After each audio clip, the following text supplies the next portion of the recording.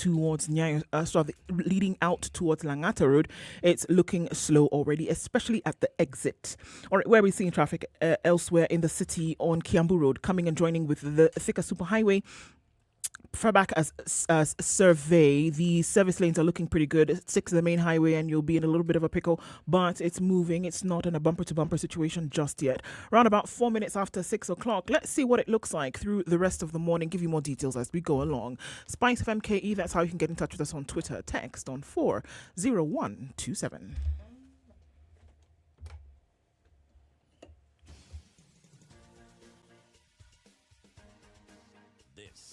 Situation Room, the home of hard-hitting political commentary and penetrating insights about the state of the nation. This is a talk radio experience like no other. The Situation Room, a place for hard truths, debates, and elevated conversations. The Situation Room, witty, political, engaging, deep, controversial. In the room, we have C.T. Muga, researcher, academic, seasoned political observer, a fountain of wisdom in these politically uncertain times. Ndu Oko, Nigerian by birth, Kenyan by choice, communications expert, Pan-Africanist, a truth seeker and believer in people power, and Eric Latif, agent provocateur, the man in the chair, seasoned journalist, news hound, a man who believes in punching up, not down.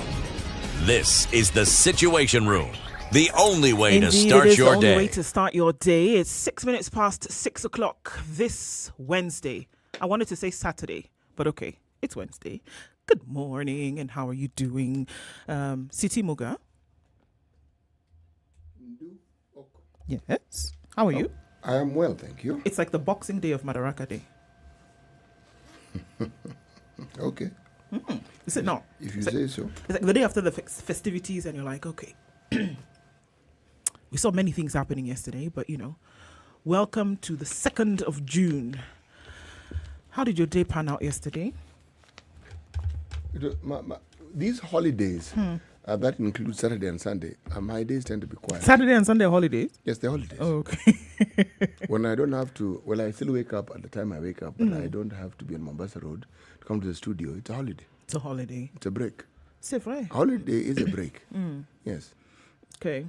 It doesn't entail you carrying some costume that was fit to measure 10 years ago and going to Mombasa. That's not a holiday. Holiday is cost. And costume in traffic and yes. driving for hours. Yes, and wondering why on earth you couldn't have just done something simpler like, say, flying. Holidays when you take a break. Hey, but those days of driving to Mombasa, man, that was the excitement. Yes, partly. Actually, yes. You're right, because what I'm saying this morning is now looking at that whole setup with hindsight, and I'm thinking, what on earth? Yes. But at the time, yes, delightful stuff. Yeah. Yes. 10, good morning. Morning. How are you doing? I'm well. Yes? I'm well. It's the middle of the week, and it didn't feel like a holiday yesterday. It was work. So the weekend is near. So the middle of the week is always good for me. Because I'm like, I've had two days done, 2 days to go. Let's go. My frame of mind is now more positive.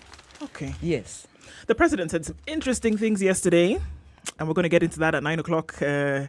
Have those conversations. Got quite a number of people in a pickle. Left a sour taste in many mouths. We're having that conversation today. We will also continue looking at the IMF and its help to Kenya and whether that is budgeted corruption.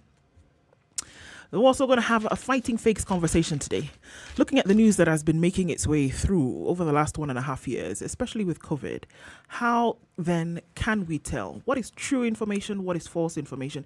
Do we have a propensity for consuming news or information that is not true, that is fake, or the first thing that we hear, we are likely to swallow it and go with it without doing fact checking?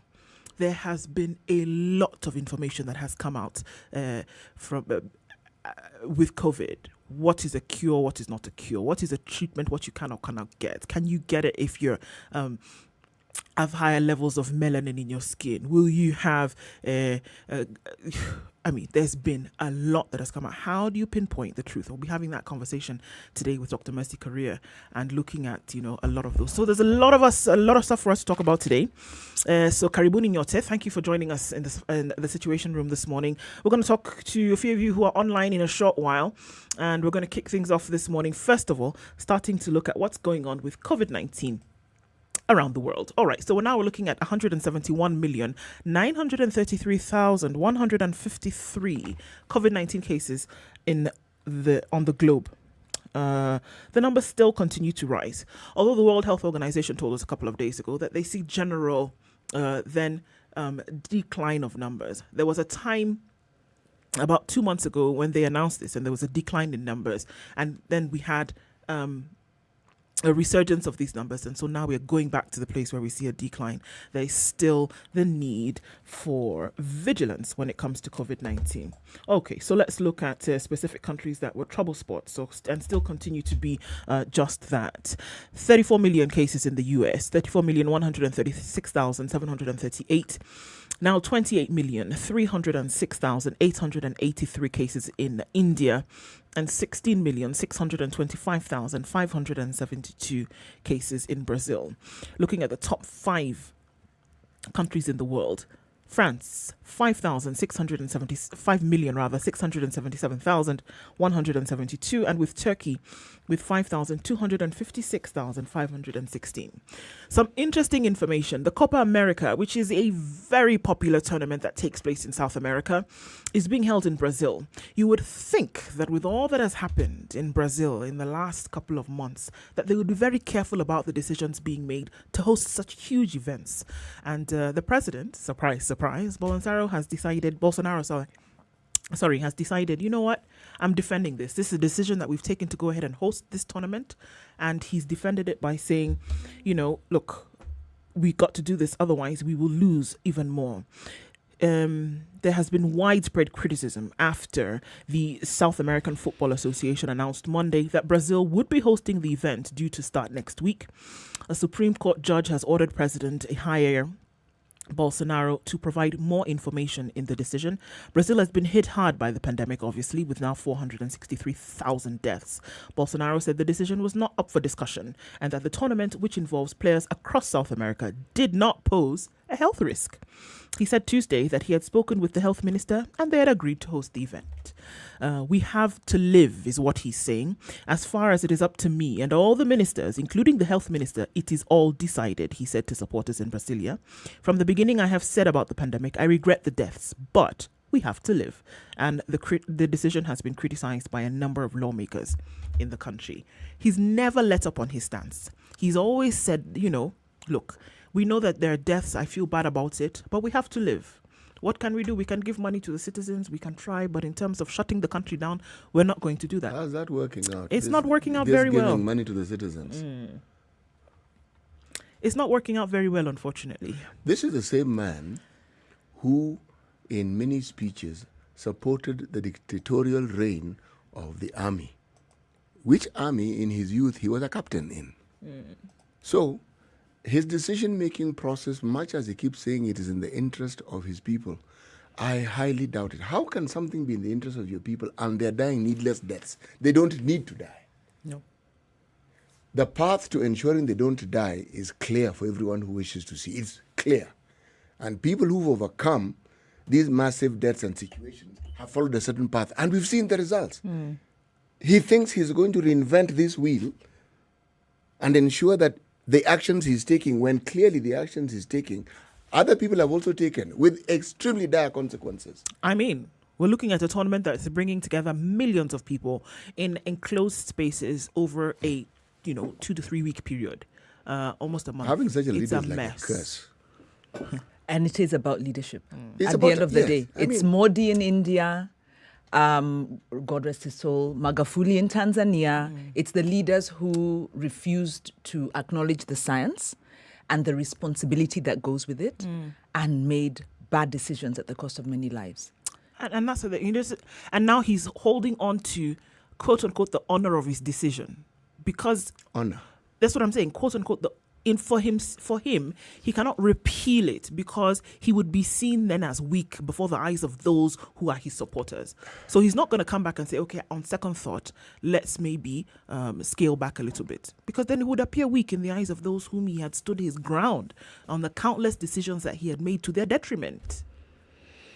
That's what we're looking at. In India, I think civil society went to court to try and prosecute on the basis of economic crimes, because it is an economic crime by the president of the nation, the political leadership.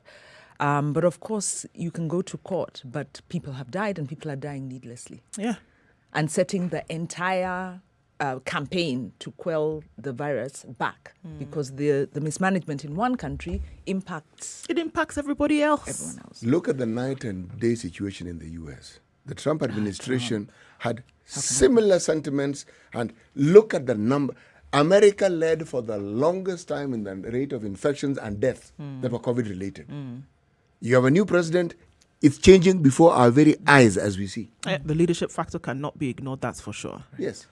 All right, if we look quickly at cases in Kenya, 349 cases have been reported yesterday out of a sample size of 4,208. Gives it a positivity rate from that particular sample of 8.3%, 176 recoveries and 16 deaths. Cumulative tests in the country are just under 2 million now, 1,815,762. And we're looking at a total number of deaths in the country of 3,188. We saw crowds in Kisumu yesterday. It is our hope. I mean, from what we heard from, security personnel and the police and everything that they're trying to do was to keep folks at bay. We know that from what the experts tell us that come July, we're likely to see a spike in cases with the onset of the cold weather. But we'll wait and see what that's like. In the meantime, we're still asking everybody else to maintain social distance, wear a mask, and wash your hands. It's 16 minutes past 6 o'clock. We're going to come back and see what's happening in the news as reported in the papers, and take a look at weather really quickly, and then we'll come back.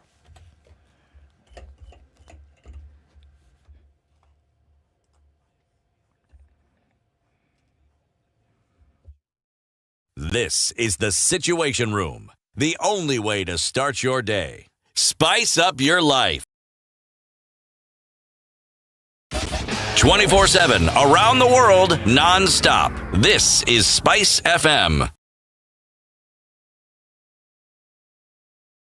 Procurement of legal services has been challenging due to the COVID-19 pandemic. In view of this, SpiceFM has partnered with the International Development Law Organization and the National Legal Aid Service to answer all your questions regarding access to legal aid services during the pandemic. Tune in to Double or Direct with Olivia Otieno every Saturday from 10 a.m. for weekly informative and interactive sessions with the help of legal professionals. All right, in Nairobi this morning, mostly cloudy conditions at 15, with highs of 24 today and lows of 13. It's 14 and light rain in Nyeri, highs of 22 and lows of 13. We'll see lows of 14 in Nakuru, which is what it is currently at 14, highs of 25, highs of 25 as well in Eldoret. It's clear at 11. Partly cloudy conditions in Kisumu at 19, highs of 29. At highs of 28 in Kakamega, it's partly cloudy at 14. 25 and light rain in Mombasa, highs of 30 and lows of 24. 30 the high in Malindi. It's raining at 24 and mostly clear conditions in Kampala at 21. Highs of 27 and lows of 18. Light rain in Dar es Salaam this morning at 22, highs of 30 and highs of 13 in Johannesburg, where it's entering into winter for sure. It's 1 degree at the moment. It'll go up and come back down to lows of 3. 31 will be the high in Lagos today, where it's raining at 26 and clear conditions at 23 in Kinshasa. Highs of 32 and lows of 23. Sunny conditions out in Beijing at 21. Highs of 26 and lows of 14. Clear conditions in Paris at 16. Highs of 27. Getting into the summer months, London is also clear at 13. Highs of 27 and lows of 15. And clear conditions in New York Tuesday night. It's 17 degrees at the moment. It'll go to highs of 25 and lows of 16.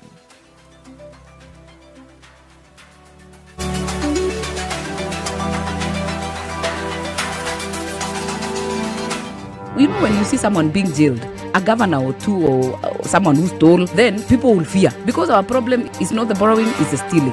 We've become actually a nation of thieves. The only thing we lack is an opportunity to steal. The guys who quote the Bible and say, I'm a Christian and all that, and you know they're thieves. Return what you have stolen 4 times. If you know that you have property or anything that you have stolen, just return and say, my God does not allow me to hold stolen things.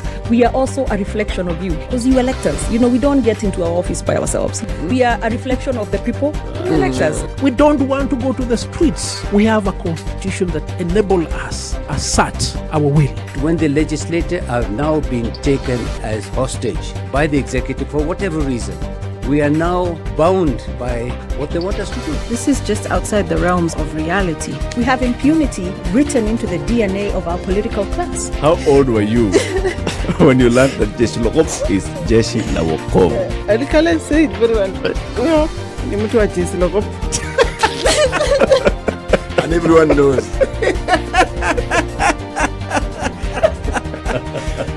Okay. This is the Situation Room, the only way to start your day. Mature, intelligent talk every morning. Spice up yourself.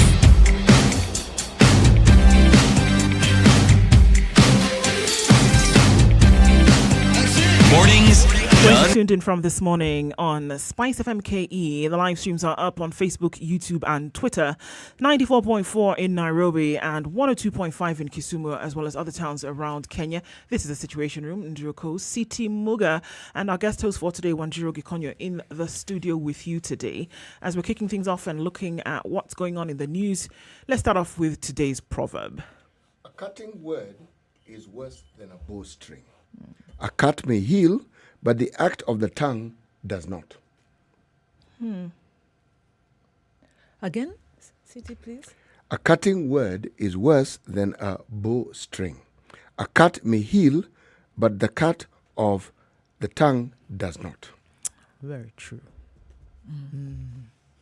There's this saying that we said a lot when we were young: sticks and stones can break my bones, but words will never hurt me. Of course, we've come to find that the opposite is true. Yeah.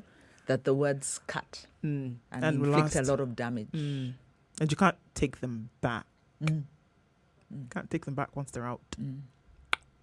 The voice in your head, the internal speak, if that's cutting, then it's going to debilitate you. Yeah. True. And this is where the mental health discussion comes in, actually. Yeah, because the words have a lot to do with, you know, our interaction is based on that. You know, words are creative. Words bring into life situations that would otherwise not be significant. And because it brings things into life, it can be extremely online, mobile, extremely destructive. Yes, just words. You're a poet, CT. Sometimes you say things that are so profound. Nothing needs to be added. Okay, I've taken note. Anytime somebody praises you this early in the morning, you pause, worried. you look at your watch and say, okay. What day is it? Okay, let's wait for it. What time is it? That was an amazing turn. You put it so well, CT. Take the compliments. All right, compliments taken. Okay. We're seeing some of you logging on online today. Good morning to you and welcome to the Situation Room this morning. We'll say hello to you in a bit, but let's start by looking at what's going on. A lot of stuff happened over the last 24 hours, is it not? Okay, let's have a go at it. Front page of the Standard, Judiciary on the cross is what it is. Sub-headline there is, President Kenyatta draws the line, accuses the judiciary of not listening to the people and being ignorant of the cost implications of some of its decisions as he reignites the debate on the BBI. It's given full coverage, 3, 4, 5, 6, 7, 8, and 10. The quote from the president, our constitution is not a yoke around our necks. Rather, it is a mighty sword that can break the chains that limit us. The moral foundations of justice demand that the judiciary bears the burden of choice and the consequences thereof. Okay, so I'll give you more of that story because I know that... all right, so quite a lot that he did say. And basically, he said what he felt about the ruling and said that, you know what, you shot down the people's will. This is what he told the courts. It says that he renewed his attacks on the judiciary. In his Madaraka Day speech, the president accused the judiciary of denying Kenyans the democratic benefits they have been building since independence. Uhuru, in the presence of the newly appointed Chief Justice Martha Koome, outlined instances in which he claimed the judiciary failed to consider public good, while mentioning the recent judgment that dealt a blow to the Building Bridges Initiative process. President Kenyatta accused the judiciary of standing in the way of reforms. From nullification of a presidential election in 2017 to an attempt to stop the will of the people as expressed through the BBI, the judiciary has tested our constitutional limits. While I stand by the rule of law, and I will always obey the decisions of the courts, I am also compelled by my position to heed the sovereign and supreme voice of the people of Kenya. That is why our national conversation today must focus on the consequences of choice. He said the nation's four founding fathers envisioned a nation built on a continuous conversation with itself, since nationhood is a negotiated process that needs constant alignments and adjustments in the pursuit of perfection. Yeah. This is a gaslighting project. When the administration is taking you on a path that is in their interests, and they need you to believe their narrative and will not listen, they then resort to this kind of gaslighting. He'll say anything? Yes. Now, does President Kenyatta really believe these things? That he's saying? That he's saying. Does he really believe that he obeys the rule of law, his administration? There are so many court decisions that run against him, apart from the presidential. There's the Kenya Meat Commission instance, So when your administration is at odds with the judiciary on an ongoing basis, is there not cause to pause and reflect, who's wrong here? But obviously, Uhuru Kenyatta's psychology comes from a point of privilege and authority and really not being questioned. This is the silver spoon in mouth syndrome, in which the idea of being questioned and being challenged is not in his mind frame. And then his advisors feed this. So I think the downfall of Uhuru Kenyatta is not that necessarily he's a bad person, he's very likable. It's not even maybe the interest of the first family. It is the advisors he put around him. People who think like him. Are his advisors telling him what to do, or are his advisors doing what he tells them to do? His advisors feed his worldview. A good leader will always have, you want people who you can trust, but you also want to listen to your critics, because your critics teach you possibly more than those who are very much aligned to you, who have interests around you. So the weakness of Uhuru Kenyatta and the final indictment, or the ultimate indictment, I believe, will be that he does not listen to criticism. He surrounds himself with people who think like him, who benefit from him, and therefore will tell him what he wants to hear.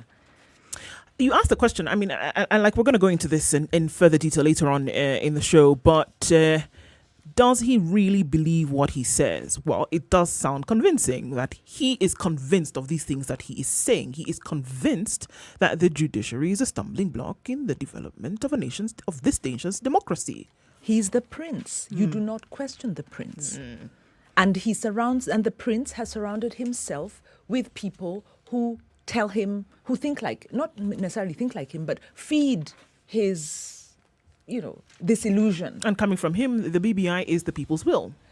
I mean, he even went back to the 2017 election. Why would he? That was a very legitimate process. But obviously, he's got a narrative. But where's the contradiction? If he says the BBI is the people's will, the court decision had nothing to do with it being the people's will. The court decision was this thing constitutionally constituted?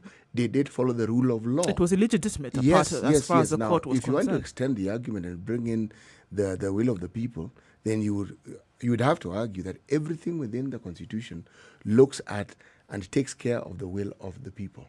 Now, the discussion isn't the will of the people. The discussion in my mind is a political process against a judicial process. Because as far as the politicians believe, what they're doing is for the people. But this is what the president said yesterday very clearly. You couldn't be more wrong.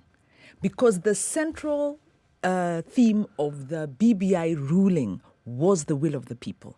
It was that the direct constituent power of the people is supreme to the representative power of the representative constituent power. So they recognize there's different forms of power, political power.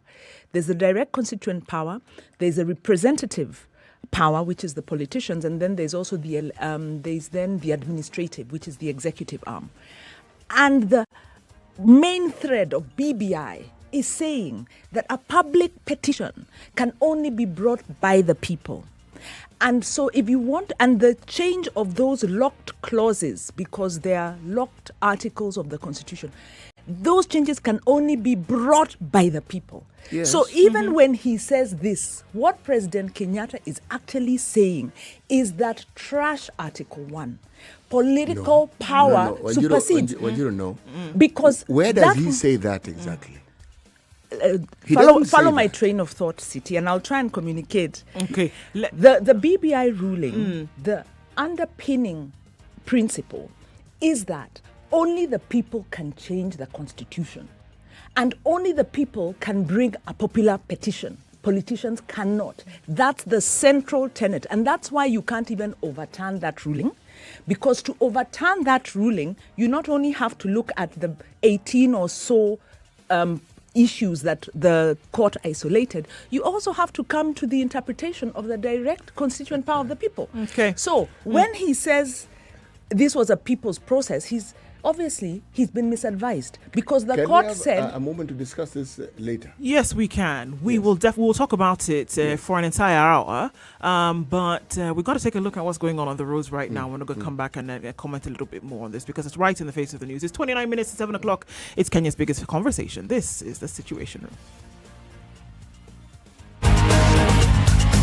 This is the Situation Room, the only way to start your day. Spice up your life. 24/7, around the world, non-stop. This is SpiceFM.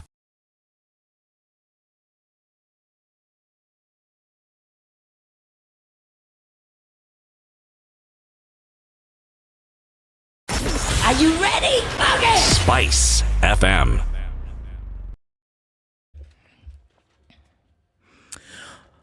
There's been an accident this morning already on Thika Road, and it doesn't look pretty good. So then we have another one today between a couple of shuttles altering and outbound at the Feather Pipeline Railway Station. Traffic backlog all the way to Taj Mahal today. So if you're coming from Taj Mahal heading out towards Altering, that backup is because of an accident that has happened further on ahead. So you're going to have to wait this one out until that accident is cleared. People are back in the action, guys. This time yesterday we were not seeing any traffic at all, and already we see something that's going to stop things, and it seems to be a pretty bad one, so eyes open for that. All right, coming off of Mombasa Road headed towards Nyayo Stadium roundabout, it's already starting to pick up as you use the exit towards the southern bypass. Going towards Langata Road is not too bad right now, likely to pick up later. The ICD route also will give you a swift journey to the southern bypass headed out from the Likoni interchange out onto Mombasa Road also is looking slow already. All right, Thika Road coming through to the Pangani underpass out towards the Globe Cinema overpass. It's slow but sure. It's moving, not bumper to bumper just yet. It's going to pick up though of that, and I can assure you. All right, let's take a sweeping view around what it looks like in other parts in a short while. SpiceFMKE. That's how you can get in touch on Twitter. Text on 40127. Let's keep things moving this Wednesday morning.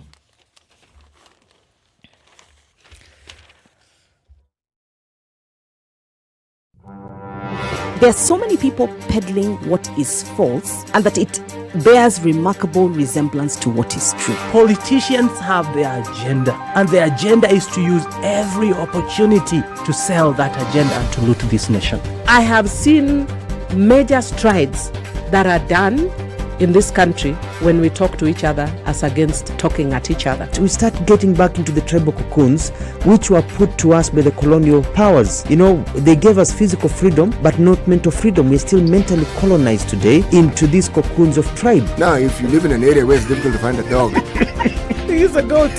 I kid you not. In which part of this country is it difficult to find a dog? So that you resort.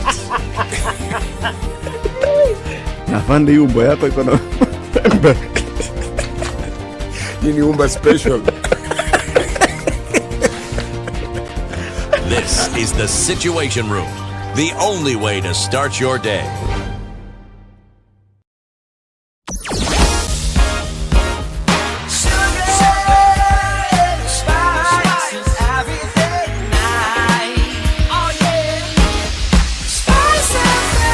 Spice up your life.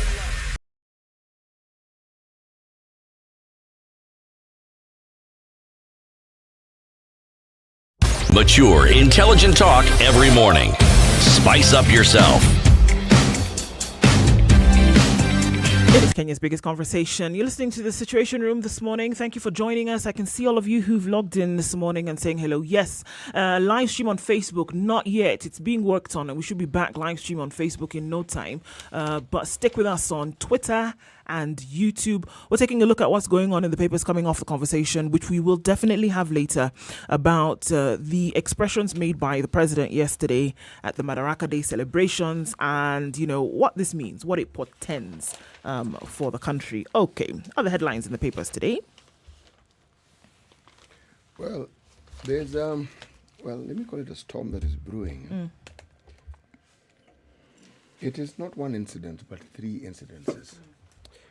One, it started off in Lamu when we're commissioning the new port of Lamu, and an ordinary citizen decided to go and talk to the president. Yes. It seemed like a one-off. Then recently, the area of Lakisama in Nairobi, someone actually stood directly in front of the president's vehicle, directly, stopped. When later interviewed, he mentioned why it is. He said he had reached the end of the road.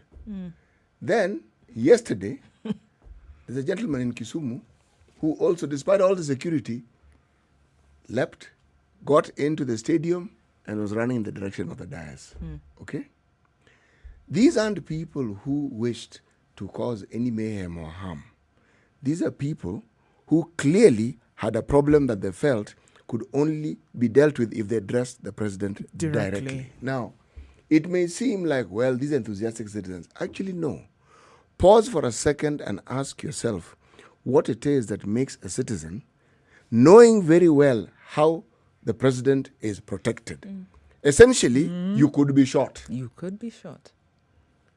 And those who would shoot you would not be blamed because they wouldn't know whether you're endangering the president's life or not. In this case, there is no harm that has been done to these individuals. But it's pointing to the thing that we really must take note of. We are in dire straits. Yesterday, we had a back and forth here about the terrible situation that this country finds itself in. The moment of crisis is really not political. No. This is just political dialogue that we see here. Political crisis is Myanmar. Political crisis is Mali. That's a political crisis. But this one, just the basic well-being of the Kenyan citizen is at stake. That's the crisis. This is a crisis, and it's a genuine crisis. It looks like three separate incidences. How many people do you know of who've actually died of starvation, meaning they couldn't get food to eat? How many people have gone into crime because they can't find what to do with their lives? And how many people do we see committing suicide, killing loved ones? These aren't isolated incidences. These are the signs that the country and the well-being of this state is actually in a crisis. People are desperate. Extremely There's a large desperate. number of very desperate people who have reached the point where they're willing to risk. They don't even consider the risk. They don't even think twice. And this is where I was saying, if the president had good advisors, advisors who could be critical, who could tell him the truth, who could tell the emperor he's naked, then this would be, your sentiments would be interpreted to him like, let's consider another perspective. Because his speech was focusing on large infrastructure. Now, infrastructure is good, countries need it. But at what cost? No, and do we need it now? Do we need it now? Do we need it at the scale? Can we afford to do it when corruption is written in? And some of these projects aren't even viable, let alone building a project that's too expensive that eats up tax revenue that then is viable. Some are not economically viable. SGR is making losses and will continue to make losses. They have to use the courts to force transporters to use it. Last mile project, also misadvised. And they were told, don't put money in last mile, the last mile project. The problem is the cost of electricity. Kenya has an overproduction of electricity. Yep. They bypassed the national plan and they signed a deal to put money where it's not needed. So one, it's the cost of the projects, it's the lack of viability of the projects, and the opportunity cost. And Kenyans are paying through lack of food, lack of jobs, lack of medicine, because that is why county share investment in health, in agriculture has been going down. Let me return the compliment, Wanjira, and say you're spot on. Because people come to Kenya to understand how it is we are able to do what we're doing with solar. I can't understand it. Kenya Power has to get power from the most expensive producer. And you're asking, what on earth is how going do on you here? explain all these things? And you go back to the contracting. And yes, so how did you get into this contract? Policy decisions, state capture, we have come to find now because obviously the tools we have for oversighting and monitoring government are ineffective in the state of capture. The way they are catching it, and Okon, I'll keep quoting, budgeted corruption is about putting the project in the budget. Once it's in, and it has been given a sign-off, the money follows. It's interesting, CT, that you talked about the fact that 3 separate incidences of an individual trying to reach the president because they felt as though this was, probably felt this was their last resort. And you can, not just 3 individuals running to see the president, but look at the stories that are making the headlines. And we may look at them as just top-level information. But let's look a little bit deeper. On the back page of The Nation, no date set for second COVID shots. On the front page of The Nation, the horrible story of this little girl who was killed over the weekend. Now detectives are finding out information about her death. Imagine the situation so bad that you snatch a little girl and kill her because her parents are not able to send you 300,000 shillings, put her in a bag and then dispose of her body. These are the situations that we are talking about right now. Like I said yesterday, and I'll say it again, there is nothing excusable. There is no reason that you will give justifiable enough to take the life of anybody, talk less of a child. However, you can see a trend here that people, yes, are turning to crime. When where I live alone, between the times of when COVID started, the petty theft and the petty crimes have risen to an almost insurmountable level in this period alone, because there's no recourse, there's no reprieve, there's nothing for people to fall back on. We have been told, the records are there, that Kenyans have borrowed something like 300 billion on online mobile borrowing apps. Yes, 300 billion. Now we have a budget of 2 point something. Okay, we can collect revenue of 1 point. I think last year it was 1.6. Kenyans have borrowed 3 billion. The year before, in 2019, before COVID, the borrowing was something like 70 billion. So you can see the stress right there. And these are people who are borrowing, not knowing how they'll pay, because you don't know when your job is going to open up, but you have to eat today.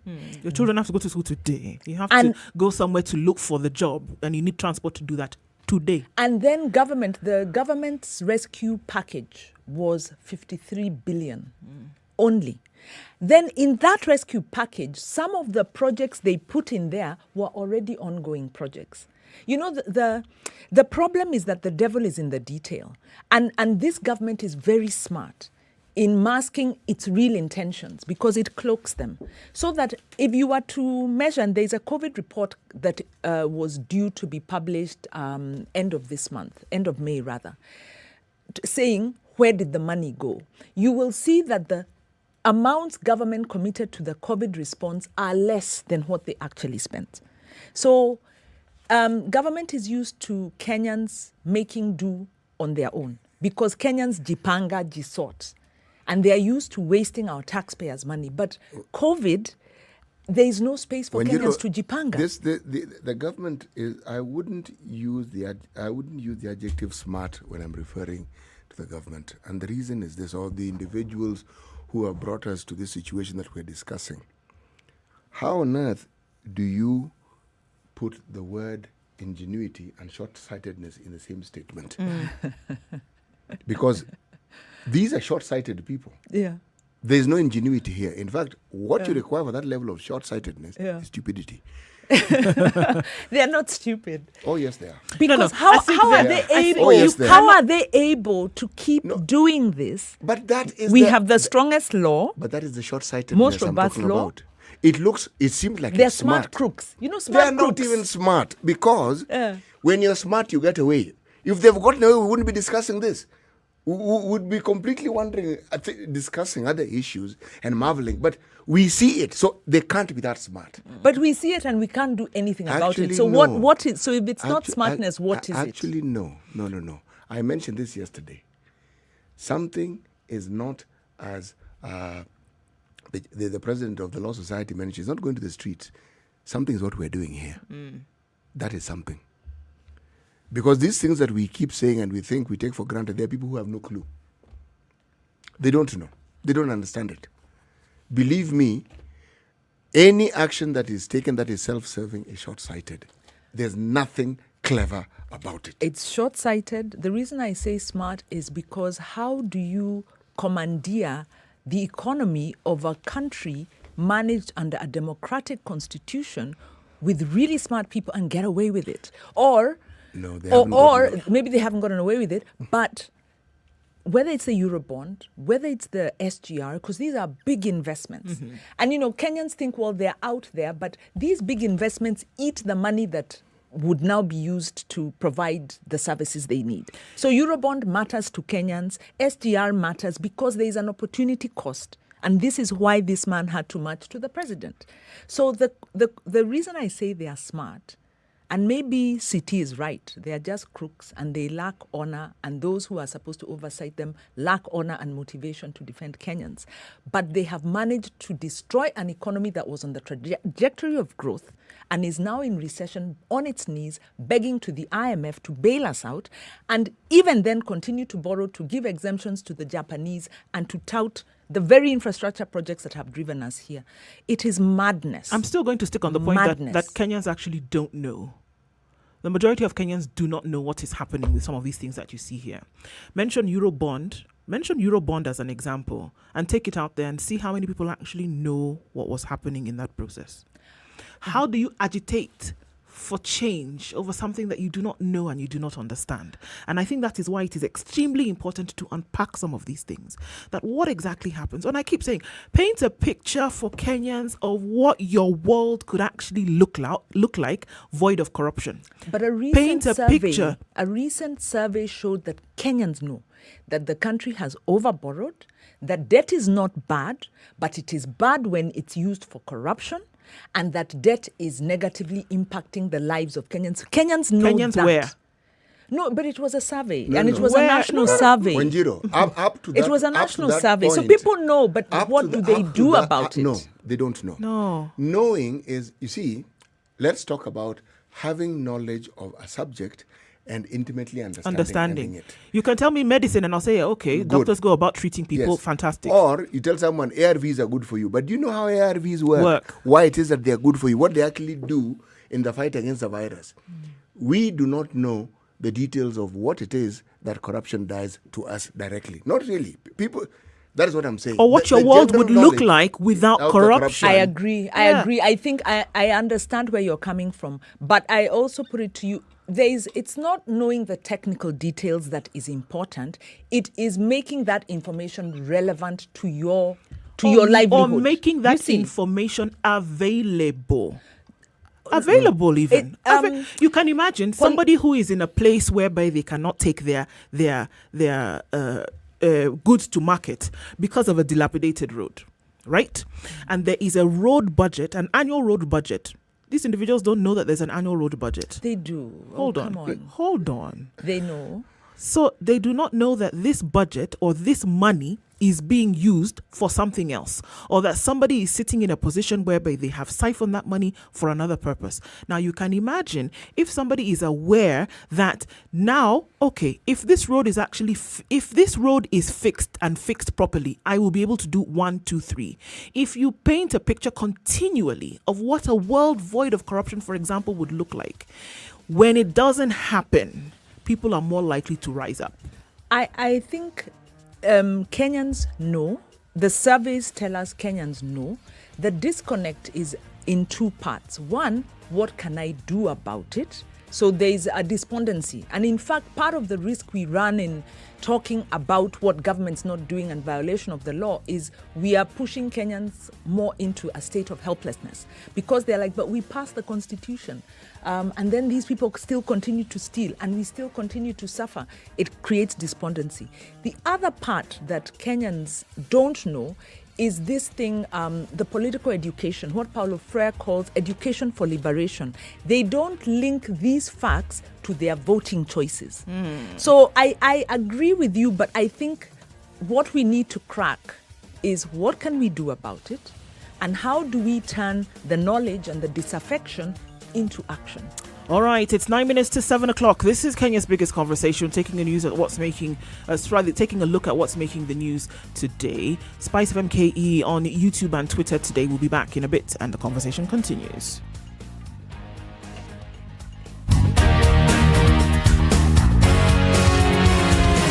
This is the Situation Room, the only way to start your day. Spice up your life. 24/7, around the world, non-stop. This is Spice FM. We've been all through it, you know. We go to school, study hard, get the much-deserved grades, and celebrate our graduation. Then reality hits us. We get to the job market and we simply don't know where to start off. Thankfully, by visiting jobs.standardmedia.co.ke, your next career breakthrough could be a click away. Get the best in career advice, employment opportunities, internships, part-time jobs, CV writing, and interview coaching. Give your career the much-needed lift on jobs.standardmedia.co.ke.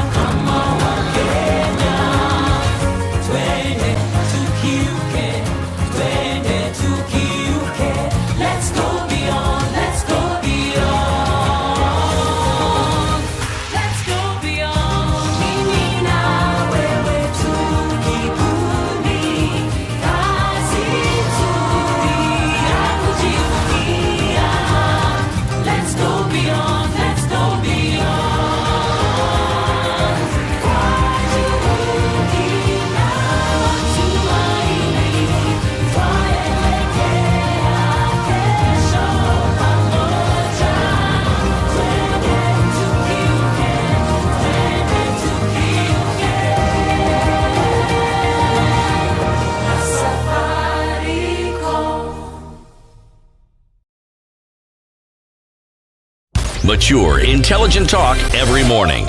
Spice up yourself.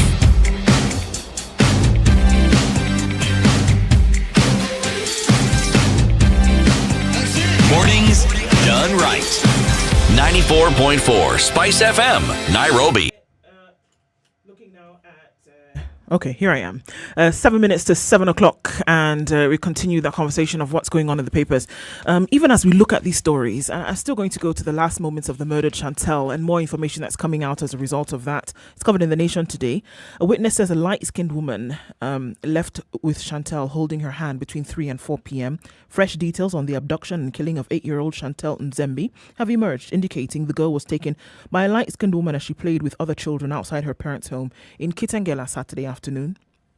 Her body was found on a feeder road in Kitengela on Monday morning. The kidnappers had demanded 300,000 shillings from her mother, Christine Gina. According to a witness, Chantel was playing with a girl next door when they were approached by a stranger who inquired about a house to let.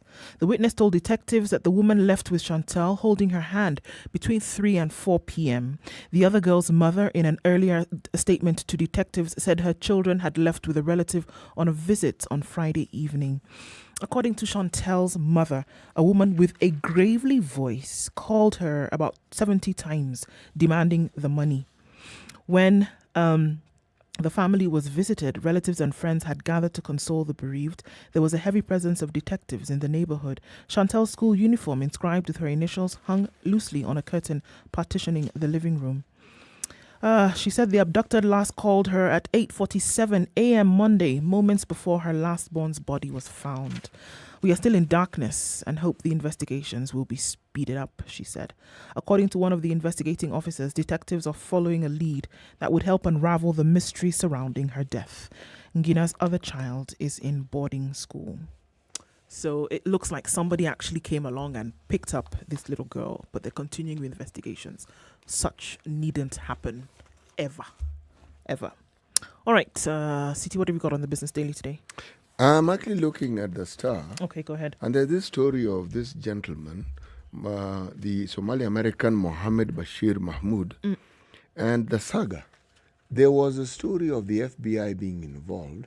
Now, as it's developing, the FBI have said this is a purely Kenyan affair, and it is being reported that they have withdrawn. Now, there are theories behind this, and it's one of these stories that you look at, you read, and you wonder. There seems to be a lot more. It's not really adding up. It's not adding up. A young man transferring millions money to Somalia. And then detectives are talking about some of that money was government money. There are too many balls in the air here. And nothing is landing here because it doesn't really make sense. Not yet. Initially, when we saw the initial reports of this story, it was said that the money that he had been transferring from here to Somalia was for business interests, with the company. And then they were actually able to show that, there's a building that has been erected here, another one erected here, but then that was just about the size of it. There was nothing else that would then, land the balls as you're talking and you're saying it. And then the reason for his death thereafter. And he's a U.S. national. Yes. Look, anonymous sources are being quoted as saying that it is actually the FBI who pointed this particular gentleman out to our FBI. Okay? To our CIA. Our FBI? Our FBI, which is called, which is called CID. Oh, I see. Intentional. Yes. It's called the DCI. Okay? Then there are those who are saying he was just a simple businessman who was involved. As I said, doesn't add. There are too many balls in the air. And every time this story unravels further, in fact, the balls don't reduce. More balls. And especially because of the stance of the U.S. Has the U.S. government said anything? This is a U.S. national. They usually come out quite boldly to defend their own. To say absolutely. They usually do. Yeah. Nothing yet. And what they're saying is that some of this money that was actually being wired, quote, landed in the hands of people who are the enemies of the U.S. and people who don't mean them well. So let this thing unfold further so that we can make headway and we can make sense of what is going on here. Right. Indeed. Can I pick just on the issue you mentioned of the Chantel? It's the kidnapping was in Kitengela. Yes, it was. There are a high number of child abductions in Kitengela. I do not know what's happening in Kitengela. If you monitor the news, you will find there's an inordinate number of child abductions in Kitengela. There seems to be quite a criminal network operating it in Kitengela for whatever reason. Let's also look at another survey that was done just a few months ago, is that Kitengela being one of the dormitory towns of the Nairobi metropolitan, quite a number of middle classes have moved out there, either having bought their own homes or built their own homes. So there's also the illusion, even with the gang crime racket, there's also the illusion that there's a little bit of float or extra money that these families wouldn't mind giving up, especially if their children had been taken. So there is that, there's the exodus from other parts of the city to this area. Same thing in Ruiru. They've told us also that you'll find quite a number of children having been abducted in that area for this reason, that a lot of people have gone out and bought their own residences or built their own. So as they've moved out, the crime has moved with them. Very sad state of affairs. It's a cyclical thing. Every parent's nightmare. It is, but look at the hordes of young people, educated, unemployed, and with nothing really to occupy their time. What do you think is going to happen? It's going to happen. And not only that, the values. You remember the Aga Khan study? Yeah. It doesn't matter how young people make their money as long as they make it. As long as they make their money. Yeah. And that's what's coming up now, that people don't really mind what they need to do to be able to make it rich. Okay, we're coming up to 7 o'clock. This is Kenya's biggest conversation. It starts after 7 a.m. We're going to take a look at the news and then traffic in a short while. Now it's 7 o'clock.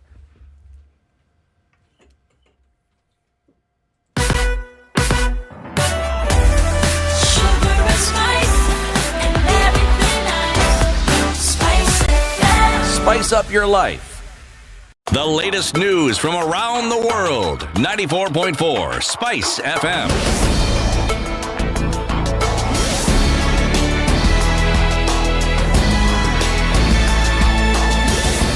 Good morning, this is the Newswire. I'm Leah Ubaga. President Uhuru Kenyatta says some rulings made by the judiciary are burdening Kenyans. Uhuru says despite the independence extended to the judiciary, their decision should be accompanied by the burden of choice. And here I must be frank and ask what I believe to be legitimate questions. It is a fact that we were losing close to 1 billion shillings every working hour for the 123 days we held the 2017 election. The question the national conversation should therefore ask is who carried the burden of this choice?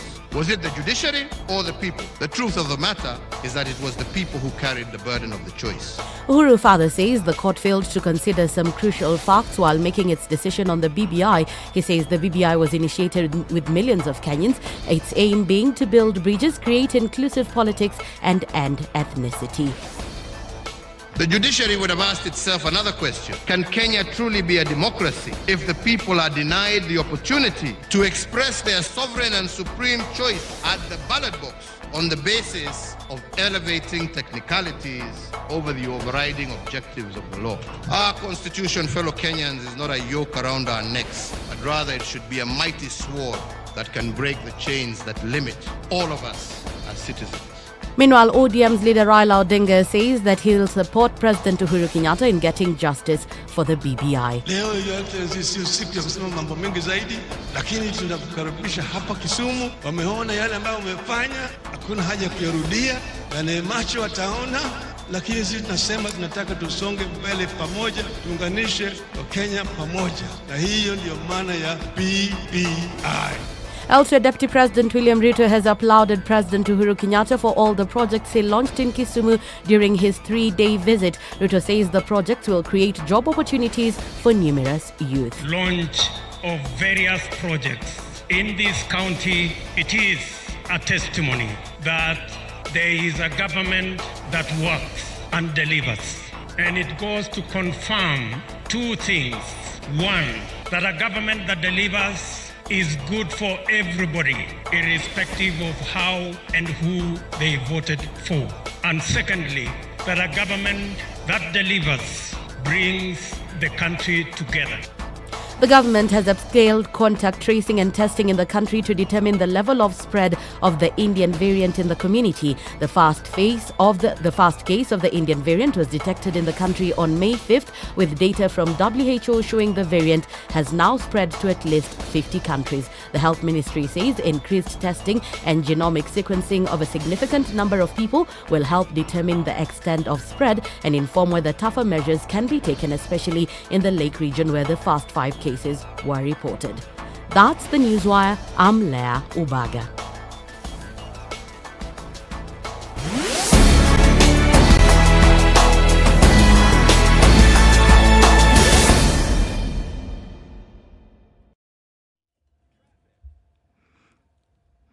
Still some on Mombasa Road this morning, and we are looking at it coming out towards Cabanas, out towards General Motors. Remember, that part of the road is a little bit narrower now, and there's a lot of digging that has taken place over the last couple of days, and so it makes traffic coming out a little bit stranger. Stranger in the sense that the road that once was is no longer there. All right. Traffic all the way from NYS through to Muthaiga on the Thika Superhighway today. Coming out of Kiambu Road as well. It's hot and heavy as you join Muthaiga Square out towards the Pangani underpass, and we'll see a lot of this traffic for most parts of the morning. All right. There was an accident headed out towards Outer Ring today. Going out towards the Feather Exchange. So coming from Tajmore, quite some traffic as you're on the Changombe road this morning. It's going to take you very, very slow because we're still looking at the dregs of that accident. All right, Mombasa Road at the SGR. It is flowing, but we're getting to a bumper to bumper as you then go towards Cabanas. So we're going to see hot and heavy morning today. We know that schools are closed, at least for the rest of this week, but we still see some thick traffic. Let's look at the Southern Bypass headed out towards Langata Road. It's slow at the exit, and we're probably going to see some traffic on Langata Road today, so let's watch out for that. If you haven't left, now is the time to do so. SpiceFM KE on Twitter. That's how you can let us know what's going on in your neck of the woods. Text us as well on 40127.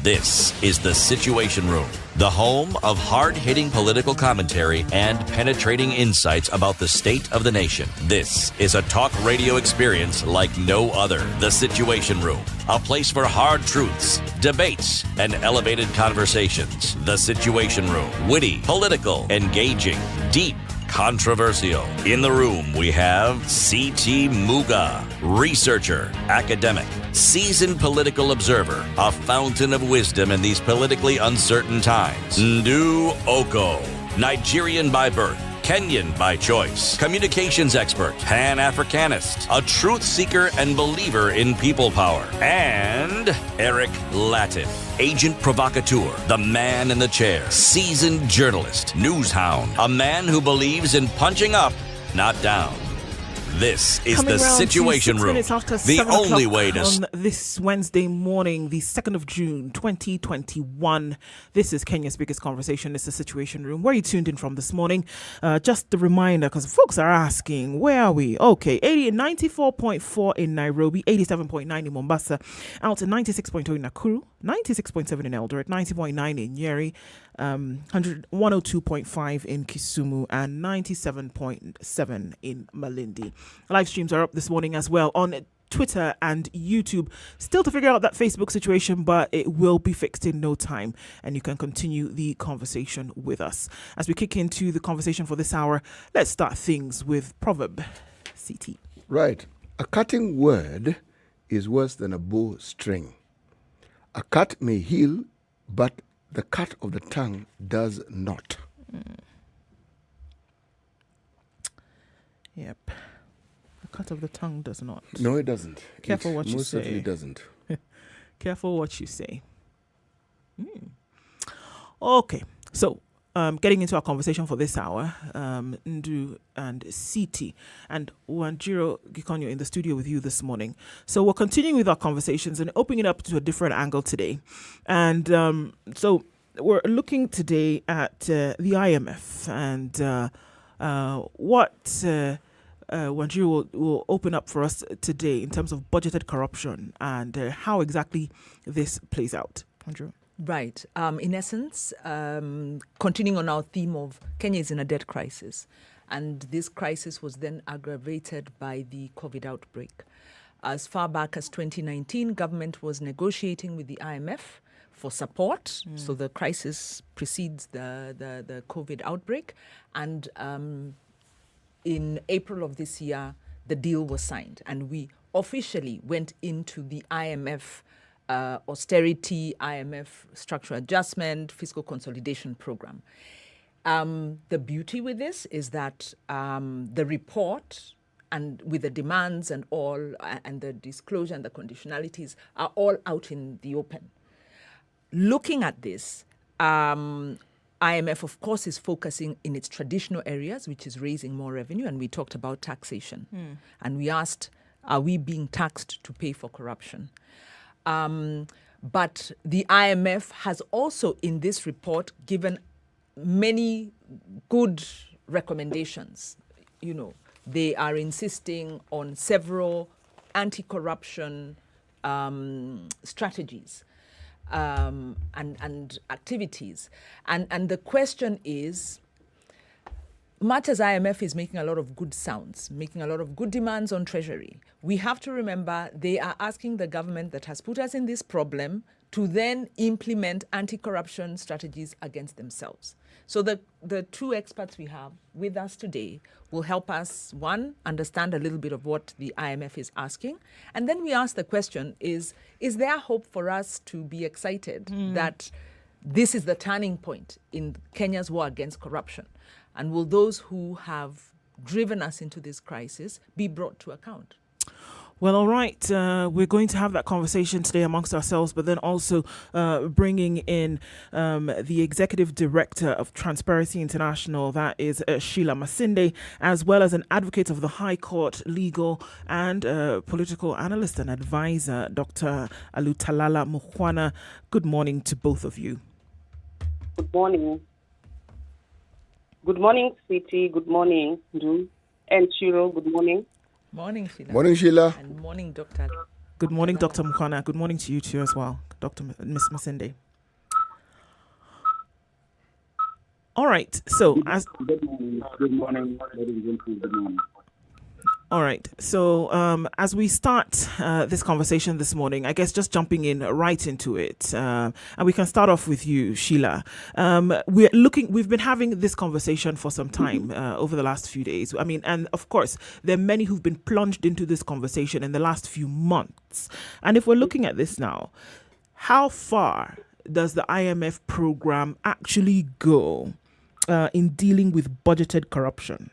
And maybe, first of all, before we go there, let's unpack this budgeted corruption a little bit. And what exactly does it mean when we're talking about budgeted corruption? And then further on, has the IMF actually tackled that issue with this program? Thank you very much, Andrew. Budgeted corruption really is that phenomenon where, as we are planning, for prioritizing public projects and earmarking expenditure, we are also seeing a case where budgets are generally being padded. And in fact, it's none less than the previous Auditor General, Eddie Owuko, pointed to this rising trend. Whereas we're budgeting, we're seeing that budgets are becoming increasingly, marked up, particularly for development projects. We've also seen that in this country, even as you look at our debt crisis, you can basically draw an excess, because in the last 8 years we've seen a flood or the large of expensive commercial and bilateral debt in the country, and a good chunk of this debt has been directed towards the development of can I call it very flashy, shiny presidential flagship projects, and several of which have been cited in the Auditor General's report, and being deemed as examples of budgeted corruption. And we've seen a lot of costly and risky investments without transparency in those processes or in decision making, and this really increased the opportunities to budget for corruption as you're budgeting for development. You can almost call it debt designed to be stolen, because in this budget we are operating on a deficit. So we have to obviously borrow that money. But by the time we're borrowing that money, we know that as it comes, we are also, borrowing to steal. Yeah. So we are basically softening the cow for eating.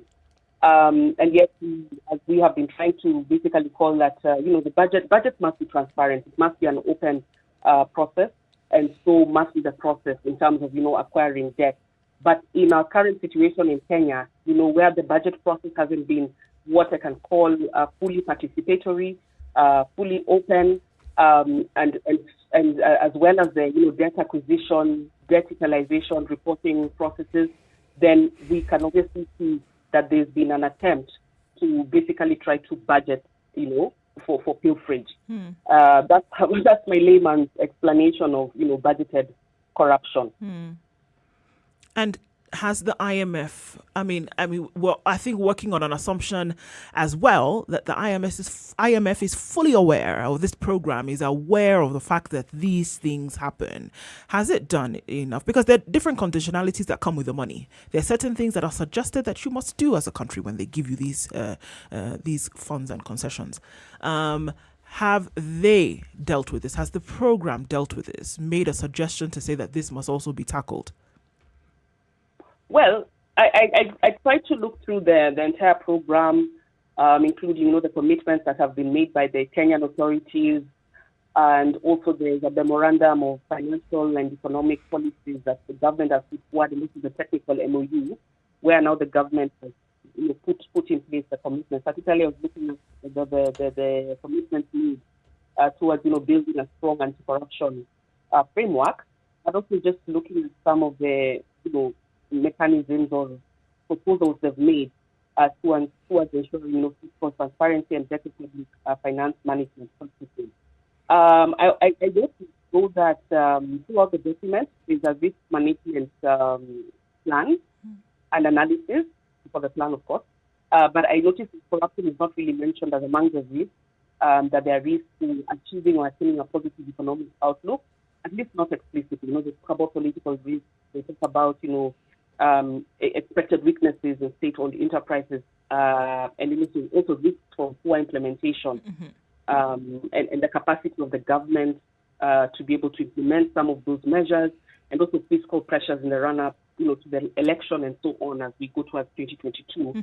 But I have not seen anything explicit on corruption, and yet we know that even the current situation, the current challenge that we have now with the COVID pandemic, it has increased the risk of funds being lost to corruption or captured by elites. Of course, it has also reduced oversight that we would get from, say, the mandated institutions, but also civilian oversight. And therefore, powerful actors may use this crisis for their own benefit. And now we are getting additional, those additional resources through that facility from the IMF. But how do we ensure that we block all those loopholes so that, so-called powerful actors do not use that crisis to benefit, to make personal benefit out of this pandemic. I think if you look at the document, maybe just to summarize now, is that the government has made certain, commitments and put forward certain priorities towards enhancing the anti-corruption framework. They've talked about, promoting fiscal transparency, publishing procurement information, including beneficial ownership data of companies that have been added to contract, operationalizing access to information, which is really key in terms of giving Kenyans, budget information. What in time. Because another thing is having that information and ensuring that it's there in time. Kenyans can also scrutinize these figures that are being put forward in terms of what government projecting to spend on what activities and projects, so they can be able to scrutinize. These figures. Has there been any padding? To kind of enable people to steal. So the operationalization of the Access to Information Law, which was passed in 2016, is important. We know that currently we don't have any regulations, and so I've seen that the government has committed towards expediting those regulations, which have been pending for some time. They've also committed towards reviewing the current legal review framework for asset declarations for senior public officers, and also the conflict of interest rules. There's a big bill currently, which has kind of taken about 2 years or so, which has been pending. So I think they've made commitments towards, putting in place conflicts of interest rules. And then, of course, there are things we talked about in terms of anti-money laundering and combating financial terrorism and so on, which helps to combat concerns around illicit financial flows and so on. But despite this commitment, maybe what I can say is that I have not seen any expenses for some of the issues. Like in terms of public procurement, there are timelines that have been given. Mm-hmm. The government has committed this by the end of this year, that's December 2021, that there will be improvements to the public procurement portal. Because we've been talking about ensuring that it actually complies with open contracting data standards, and that we are able to get information on beneficial owners of companies that have been contracted. And I'm aware that CCRA has been basically even working with partners like us as well to try and improve that system. And so they've given a timeline of December, which is good. Okay. But in some of these commitments that have been made, we don't see any timelines, which would have been good also for the IMF to publish in this program. They've talked about performance monitoring and criteria to use for performance monitoring and periods when they'll be able to monitor. But in terms of timelines for some of these commitments, that will have been good to have, so that even as Kenyans were able to follow through some of these processes. Okay. I also note that the program doesn't really quite adequately address the political economy that is likely to frustrate measures for transparency and accountability, which are really critical for the success of the program. And still, when it looks to various proposals, the government has made to do various proposals, but it leaves the architecture of state capture intact. The program kind of takes a business as usual model, where those and I think Shiro has kind of alluded for the systemic violation of the public finance management principles, are then charged with this crisis. But then how do you ensure accountability to this extent? I also note that it doesn't seem like automatically effective public participation. As I mentioned, this is four principles: access to information, public participation, public engagement, focus, civilian oversight. Yeah. Then that it then fails to accord Kenyans that severity of being able to oversight and also resolve the current and also data how the government is particularly going to use these funds to use.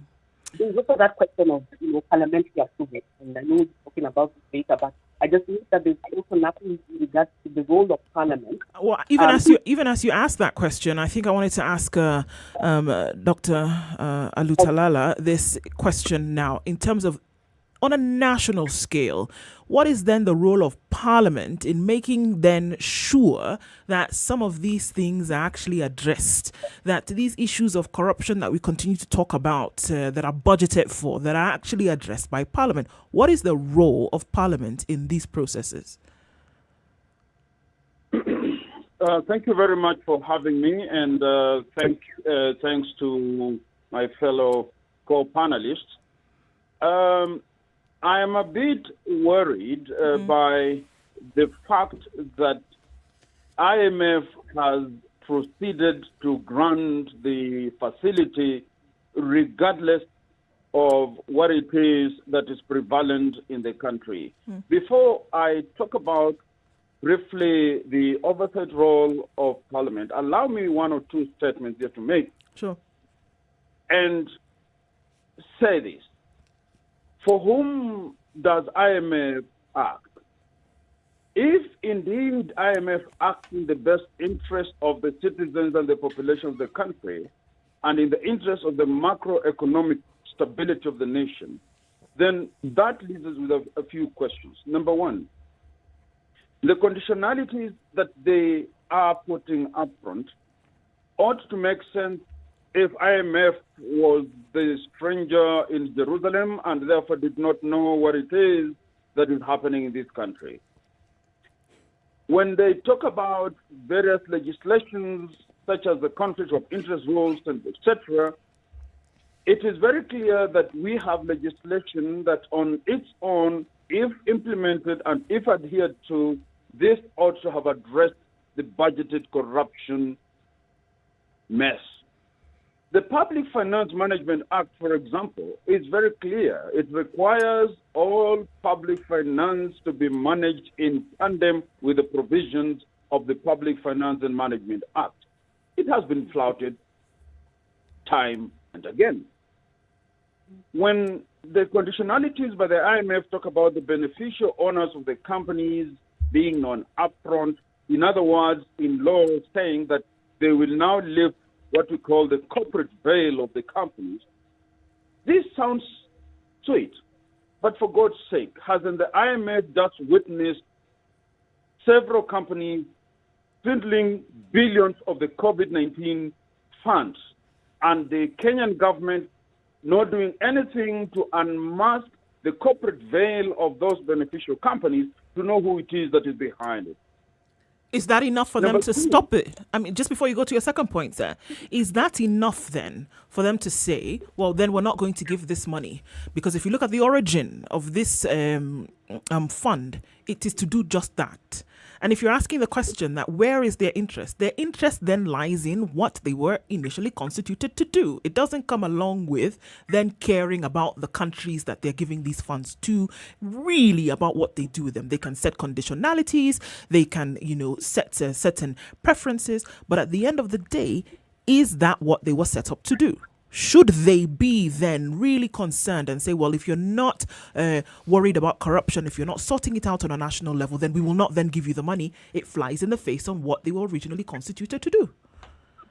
Absolutely. And that is what I'm going to as a third point. But a bit of history, it would be very important. You must understand that the IMF of the 1990s, during President Moi's reign, the IMF, which was intrusive, which was pervasive, and which would actually roll up its sleeves and ensure, for example, what they termed then in the 90s, the structural adjustment programs. Yes. Which required, for instance, that the government must reduce its recurrent expenditure.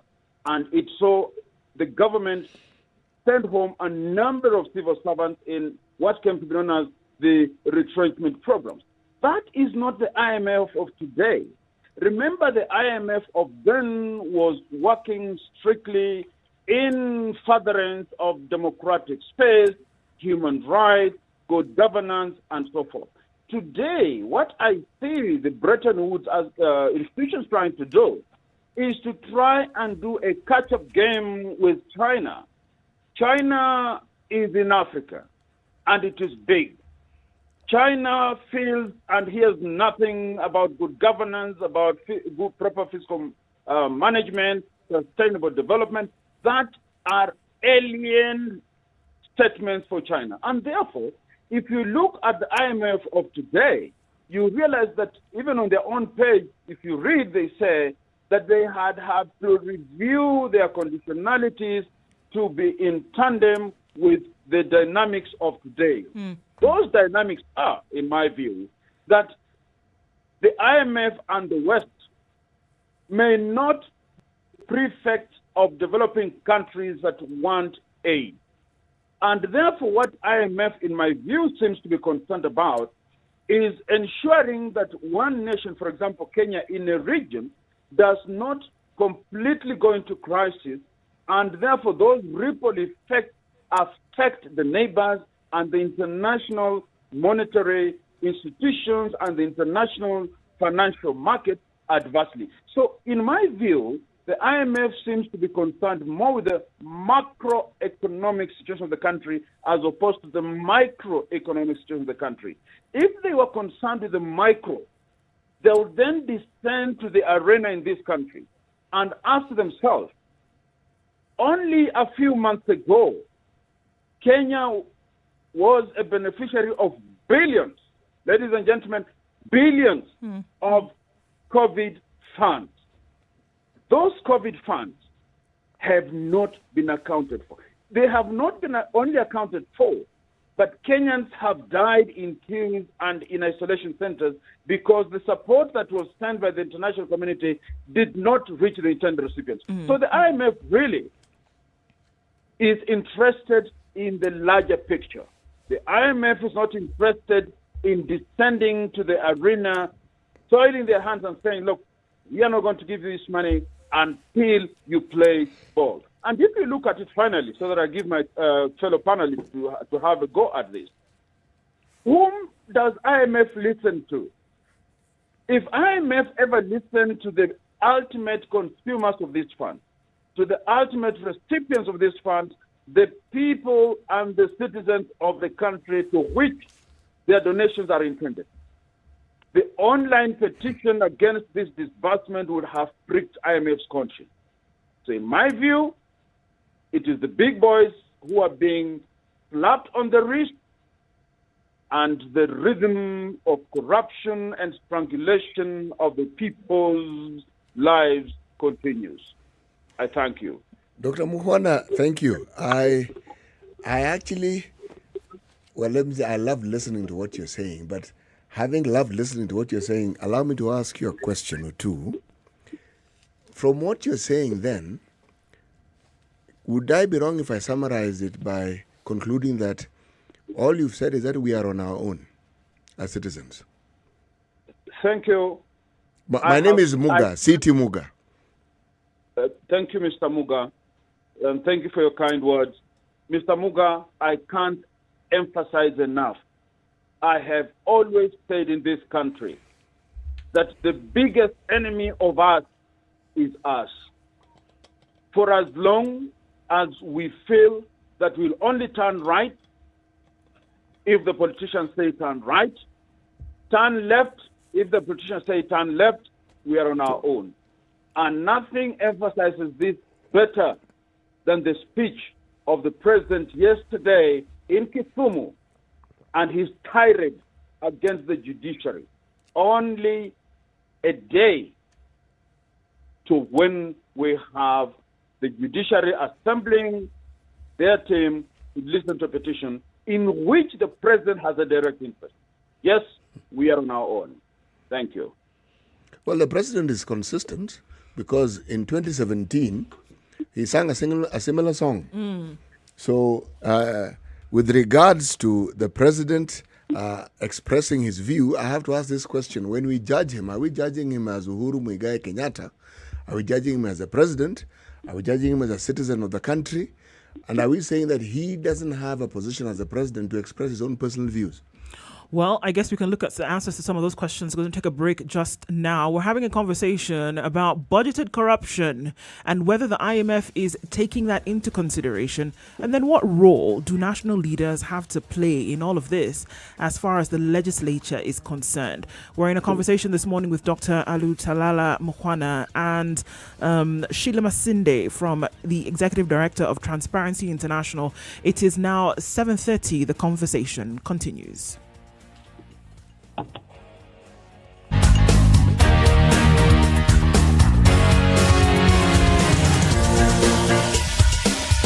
This is the Situation Room, the only way to start your day. Spice up your life. 24/7, around the world, non-stop. This is SpiceFM.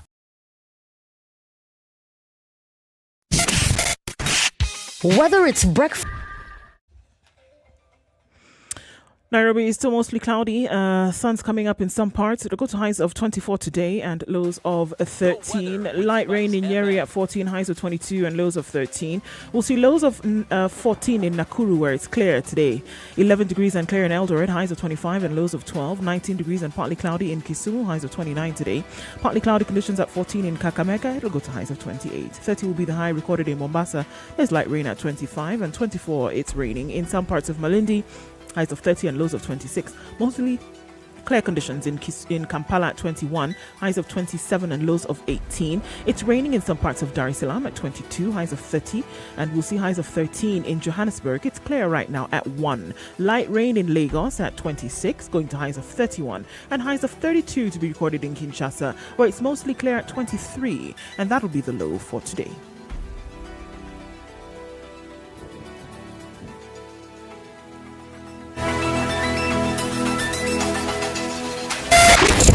87.9 Spice FM, Mombasa.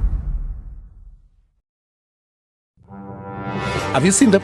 Am I lying? Yes, it's a very nice outfit, I must say. Good Thank job. you. Asante sana. The compliment is well received. Good morning and thank you. Everyone in Wasingishu was asking me, what channel is Spice FM? 96.7. Tell them that, right? Yes, now they know. Thank you. It's a pleasure to be here.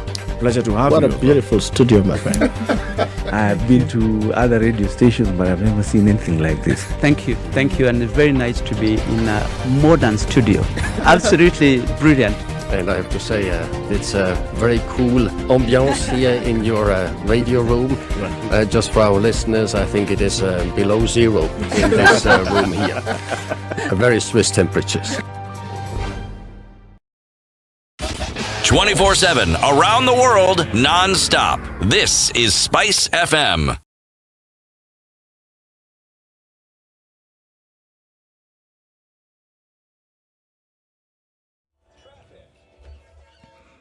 Okay, crazy traffic in Dandora this morning. Huge, because at the Kariobangi roundabout, traffic is really the thing, and it's uncoordinated traffic, so it's a mess. We also saw that accident that took place right on Outer Ring heading towards the Feather Exchange this morning, so things are heavy in that direction. All right, Pangani Kiambu Road is blocked, so the service lanes are not moving right now.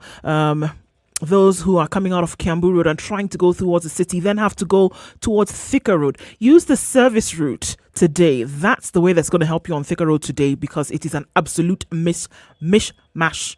Okay, so coming off of Mombasa Road as well, we see some heavy traffic around on the SGR headed out towards General Motors. This one is big today. The Southern Bypass then heading out towards Langata Road is slowing down at the exit, and then there's a heavy traffic on Langata Road out towards Timor. Go via Bagathi Way. If you choose to stick on Langata Road and go towards Nyayo Stadium, you will be stuck as you try to approach Uhuru Highway. So yes, it is. Everywhere you look today on the roads, there is major traffic. Shall we look at Mombasa, where we've been told that 3 ferries are up for service this morning? Don't forget, use M-Pesa. Cash will not allow you get on the ferry this morning, and I'm going to remind you, it's *712# how you can pay your ferry toll. Okay, SpiceFM KE, that's how you can get in touch on Twitter. Text on 40127.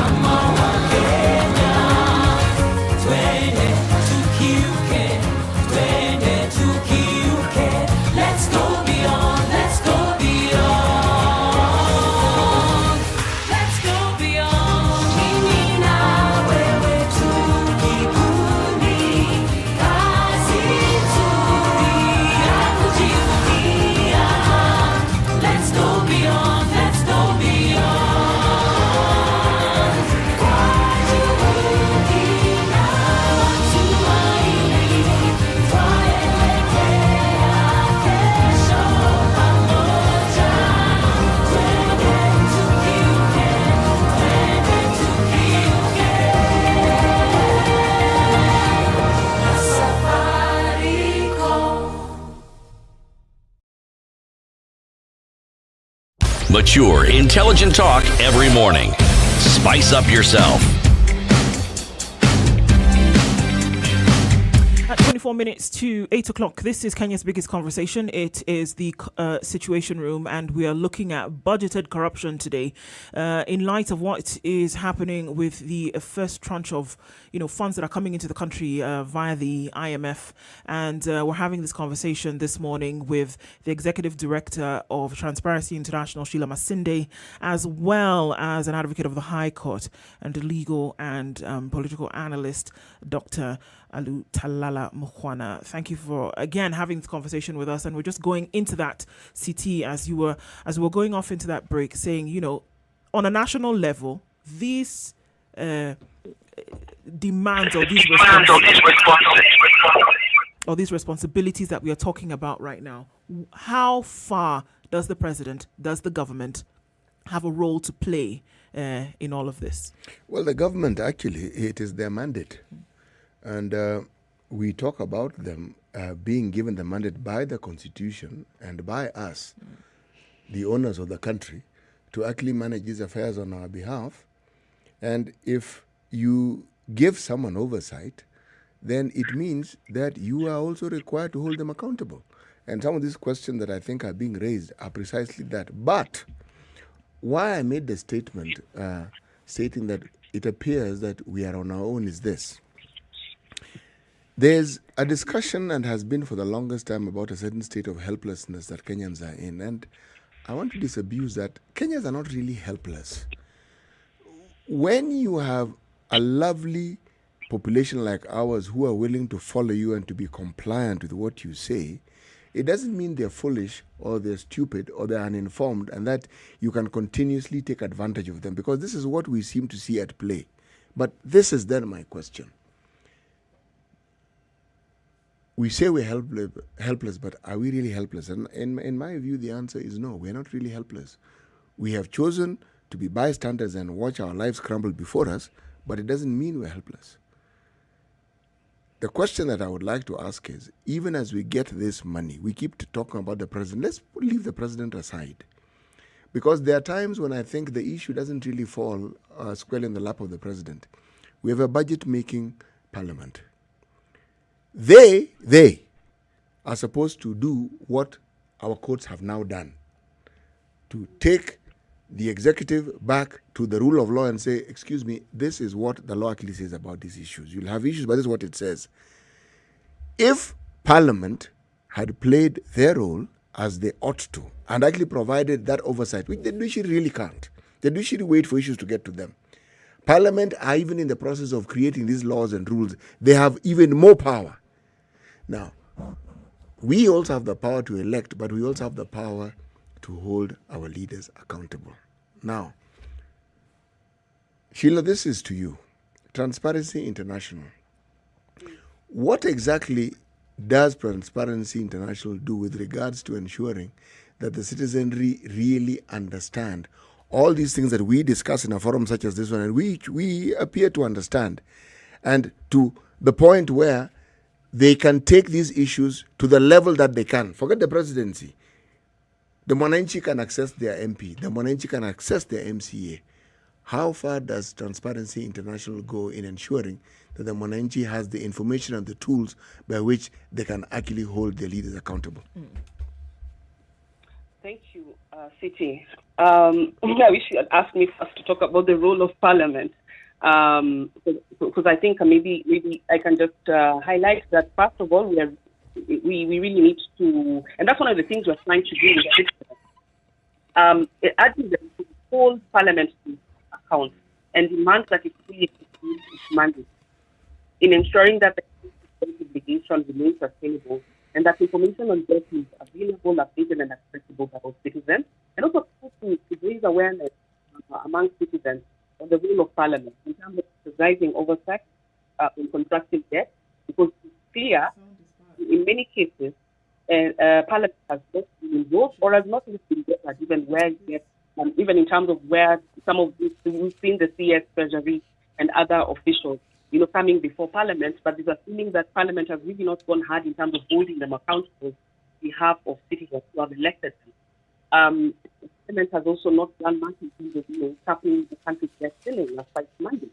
And so we've also been trying to raise awareness among citizens on the role that Parliament has to ensure that the country's debt obligation is not too high to affect the country's ability to be able to pay, and also it doesn't, our debt burden does not add necessarily the tax burden on the citizens. But you see, we've really been concerned that the executive has literally run roughshod. We've gotten Parliament to increase the debt time without number. We've also raised awareness among citizens on the role of Parliament in the budgetary processes, so that they're not just used as to just tick the boxes or to just pass these budgets, but to actually scrutinize them, because we're still talking about the issue around budgeted corruption. How are these figures padded so that money is stolen? Directly now, away from Parliament, the role of Parliament, and trying to raise awareness amongst citizens in that role so they can hold them accountable, we've also, and working with other civil society organizations, particularly under the Okoa Uchumi Coalition, have done quite a bit in terms of just giving citizens information on public finance management, and that includes public debt management. And one of the things that we've even been thinking about is how do we even have a repository or a database of information in terms of just giving the debt information, because that currently, as we speak, the debt register is not up to date as published by the government. And so trying to even look for alternative means to give this information, because as I said, access to information is so critical, to put the power to put the power in the hands of citizens to hold a government accountable.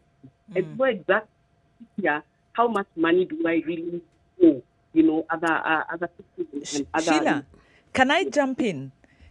Jump in, because Citi kind of framed the issue well, and then, what is it we are asking?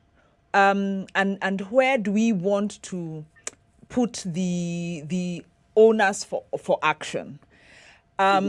Because I think the correct question is, how do we respond to a situation of capture? We are not operating in an ordinary situation where citizens participate and government responds, because citizens are participating. They are making submissions. The Constitution and the laws provide for public engagement forums, and citizens do participate. When they give their submissions and Parliament ignores them, citizens are also going to court. So the question is not public participation. The question is, how do we deal with a government that's captured? And why do we say captured? Because the executive has violated the law. And the only institution standing against that executive is the judiciary. As a result, the judiciary has been defunded. The judiciary gets less than 50% of its required finance. And if you look, the judiciary allocation has not gone up in the last 4 years. Parliament's and executive allocations are going up. So the executive is actually squeezing the judiciary. So what has Parliament done? They are in bed with the executive. So the question is not public participation, because public participation cannot undermine that that collusion between the executive and Parliament. It cannot. So the question we must ask, because now we have also heard IMF is not going to save us. IMF's interest is global. They are actually looking at the global financiers getting their money back. They are looking at making sure the Western governments have a footprint on the continent. And they are competing with China that does not respect democracy. Actually, they are dealing with, a government, a culture that is very much inimical to our interests. So we are alone, and maybe with the judiciary, which is under attack. So what are our options? And I'd like to throw that to Dr. Mukwana, because you put the thesis very well. What do we do? We're in a state of capture. Thank you. Thank you very much, Wanjiro. And once again, thanks for the Oko Ochumi initiative. Keep fighting, my sister. Before I answer what we should do, give me a second to respond to Mr. Muga's question, which seems to ask whether we are being fair to His Excellency the President, and whether the President is not a private citizen who should then hold private views, an individual and the head of state. Kakangu Muga, the President is all those three. He is a trinity of sorts. Just like the Bible talks of God the Father, the Son, and the Holy Spirit. The President is a trinity.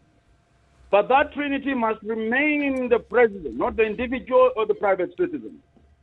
Because when he ascended to the throne of the presidency in this country, he vowed to relegate his personal wishes and interests and instead uphold the interests of the people of Kenya, defend and protect the Constitution.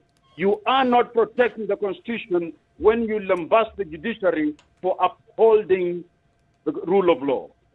And in any case, if you're unhappy with the decision of the judiciary, the law says you appeal. That is what constitutionalism is about. We are a country having constitution but without constitutionalism. The late Professor Okoth Ogendo would remind you. Let me now go to another that he has said, and I really appreciate his thought system here. Are we helpless? And that's where also Wanjiru's question comes in. Yes and no. Kenyans are helpless because, number one, the bulk of Kenyans have been put in a life of no choice. Kenyans have been harangued and subjected to what I call state-sponsored poverty since 1963. When a poor man is cornered and bludgeoned into submission by poverty that is encouraged by the state, a poor man or woman has no choice. So many times when you see the Kenyans in the villages and in the slums queuing behind politicians for 50 shillings, they are helpless because they are victims of an accumulated state-sponsored poverty strategy. But are they completely helpless? Maybe no. Because as a people, we must take a resolve that the lives that we lead and the lives that our children and grandchildren will lead must change. And if there is anything that should make us reach that cliff, is this whole BBI thing. That indeed, leaders have become so shameless that they can take it upon themselves to begin an initiative which is clearly provided for under the Constitution, Article 257 as a popular initiative, and run with it on our behalf without our blessing. And when the court catch them swimming out naked, they have the temerity to lambast the court. What we must do as a civil society, as Kenyans who have been privileged to go to school and have the spine to speak the way we are speaking, because not all of us can speak the way we are speaking, we must not tire. Transparency International, Ukoo Uchumi, and all those are doing a commendable job. But you must remember the last problem that we heard, that our grandfathers, our forefathers of independence gave us one lasting legacy. I use the term legacy for lack of a better word, and that is tribalism. That howsoever you may speak in this fora, when it comes to politics, everybody, practically everybody, retreats to their tribal cocoon and they vote based on their tribes. That tribal cocoon is precisely our Achilles heel as a people. Because then each tribe has a political bigwig. And it is this political bigwig who is actually tribal bigwig that determines even how Parliament will run, ladies and gentlemen. In Parliament today, the role of Parliament in oversighting government, the executive, is earth-moving, literally, but on paper. It's potentially earth-moving on paper. But in practice, it is the tribal warlords who determine how the voting in Parliament will go. If you doubt this, ask the MP of Ravieda, Sina Kanzo, Otenda Molo. Dr. Mokwana, you mentioned something that I think is vital in all of this, and that is the power of conversation. Because oftentimes, one of the first things that is likely to be muffled is the voice in fights like this. So having the conversation is extremely important in as many places as can be had. But is it enough? And I am asking this because we have very, very many examples of countries the world over who did not stop at having the conversations. Things spilled over. Is talking enough? Talking is not enough. We must move to action. But again, allow me to juxtapose the civil society environment of today to that of yesteryear. In the yesteryear, the days of the Moi, the civil society talked, conversed, and when it required to move to action, the West was ready to give them the wherewithal that is required. You cannot move to action without funds. You cannot move to action without facilitation, because you are moving against a government that is intransigent, a government that is determined to make sure that civil society space diminishes, a government that buys a few of those civil society people who are willing to be bought, and a government that will make sure that they bludgeon you into submission. Today, the funding, facilitation for the civil society has acutely diminished. And therefore, the civil society is many times rendered into conversing, talking, with very little ability to move into action. That is where the civil society has a challenge. You can ask Wanjiru Gikonya, for example. She has to make do with a shoestring budget to ensure that he is heard. Even when it comes to public media like the one we have the privilege to address through today, these are all private businesses. And we speak here on the clear goodwill of the owners of these media. There comes a time towards election time when media take a strategic decision that only personality X will address in our studio. Personality X is a persona non grata. So it is a stifled space. I'm afraid things have really Dr. changed. Dr. Mukwana, listening to you speak, for a moment there you transported me back to the Moi era, and where everything that you're saying was the order of the day. But that isn't true now. I'm not saying this because I'm in the media. I'm saying a conversation such as the one we're having now, there was a time it was virtually impossible, completely impossible. And yet with its impossibility, people were able to raise their voices at great cost to their individual lives, yes. And that cost is what has made it possible for this space that we have. My issue is, with all this space, how often do those who voice these wonderful and needful things ensure that these are messages that are not only spoken of, but are crafted so that the Mwananchi actually understands the import of it? This is why I was addressing Sheila earlier on, because I like what they're doing. I like what Wanjiru is doing. But does it really get to, as we say, the ground? Sheila, maybe you can take that. Let Sheila. No. Okay, let me throw in because what hold on. Sheila. Hi, what hello. you're speaking to, Sheila, maybe Sheila can address that because our time is running down. Maybe Sheila can take that question. You can bring it up later because you're on the show. Allow me to simply qualify. Sheila, maybe you can address that question, please. No, let Wanjiru speak. Wanjiru?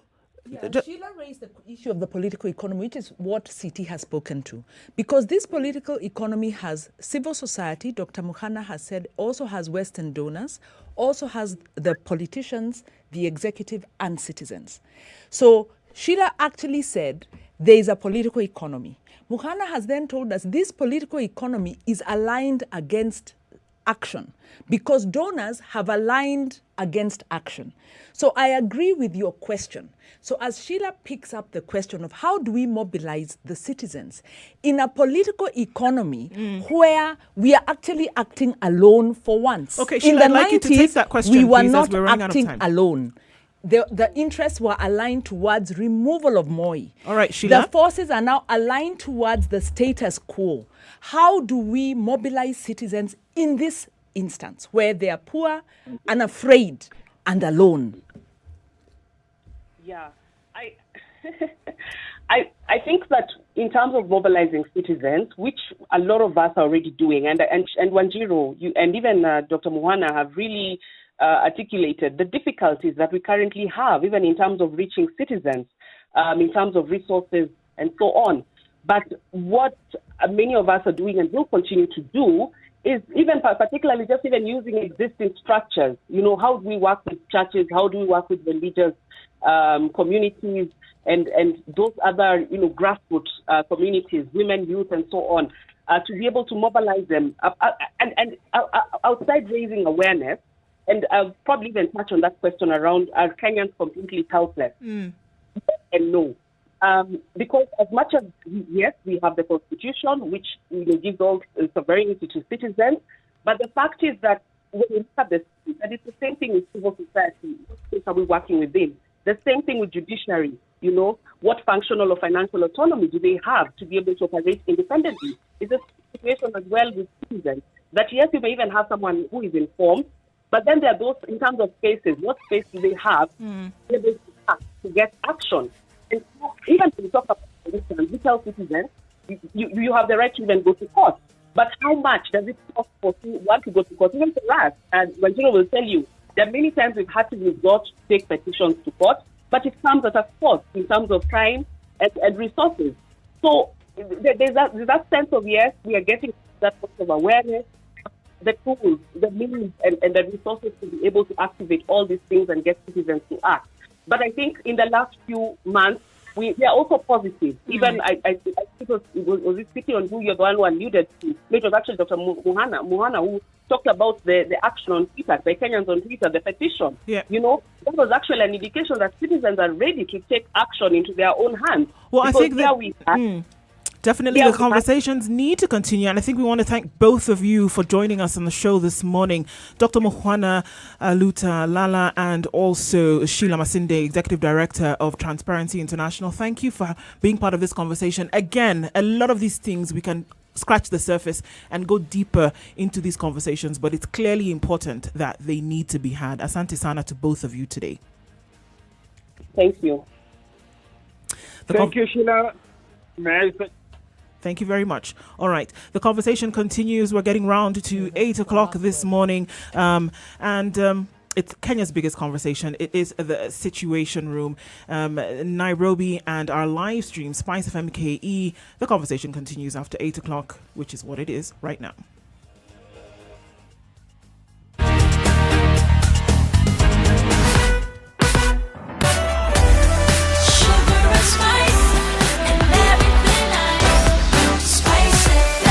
Spice up your life. The latest news from around the world. 94.4 Spice FM.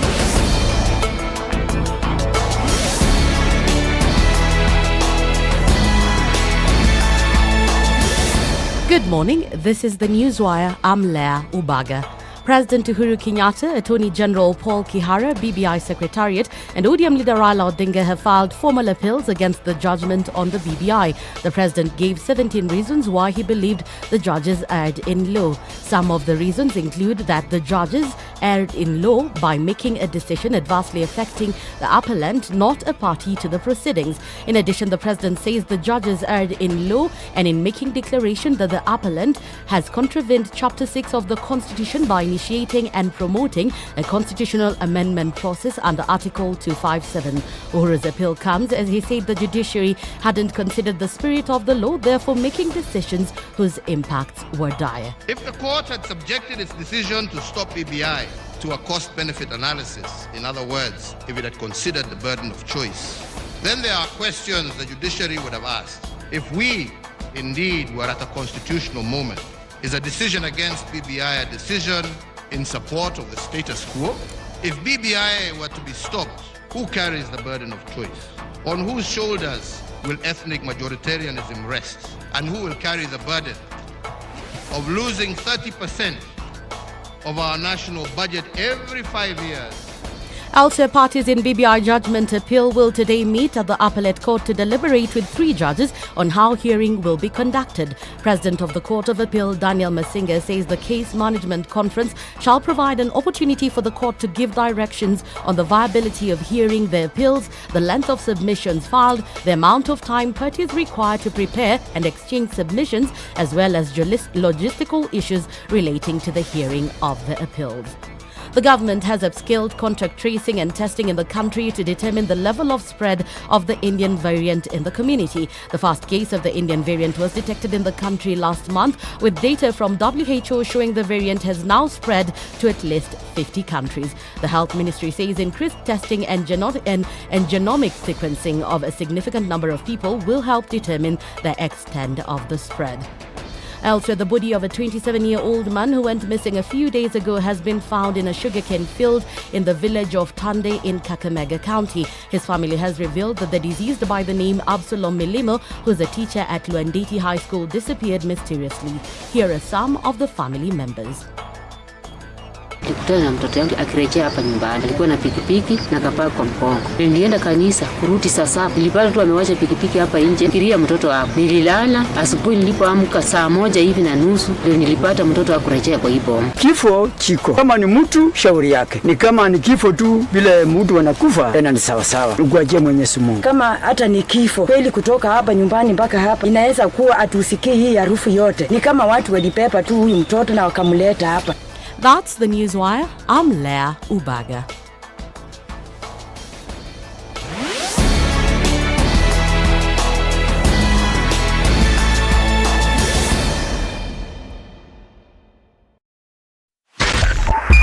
.5 Spice FM, Kisumu. All right, on Mombasa Road, we're looking at it coming from Cabanas, headed out towards General Motors. It's still packed. Where we are seeing serious problems today, the Feather Interchange, and then out towards Outer Ring, madness in terms of traffic there this morning. There was an accident that occurred earlier, and that is the reason why we're seeing what we are seeing now. We're going to have to sit through this one, folks, until that is sorted out. There are traffic police there trying to open things up so it doesn't get any crazier than it already is. Are you on Thika Road heading out towards the city centre? There's some traffic far back as a survey. The service lanes are not looking too bad. The main highway is bumper to bumper. Coming off of Kiambu Road, a lot of vehicles are then turned off of the highway going back towards the direction of Thika. So you're going to have to go round is what they're trying to make folks do now because the traffic is still jam-packed. All right, getting onto the southern bypass headed towards Langata Road, we are going to see quite some traffic, especially at the exit. So Langata Road is already looking packed. Uhuru Highway out into the city, this is also what we see.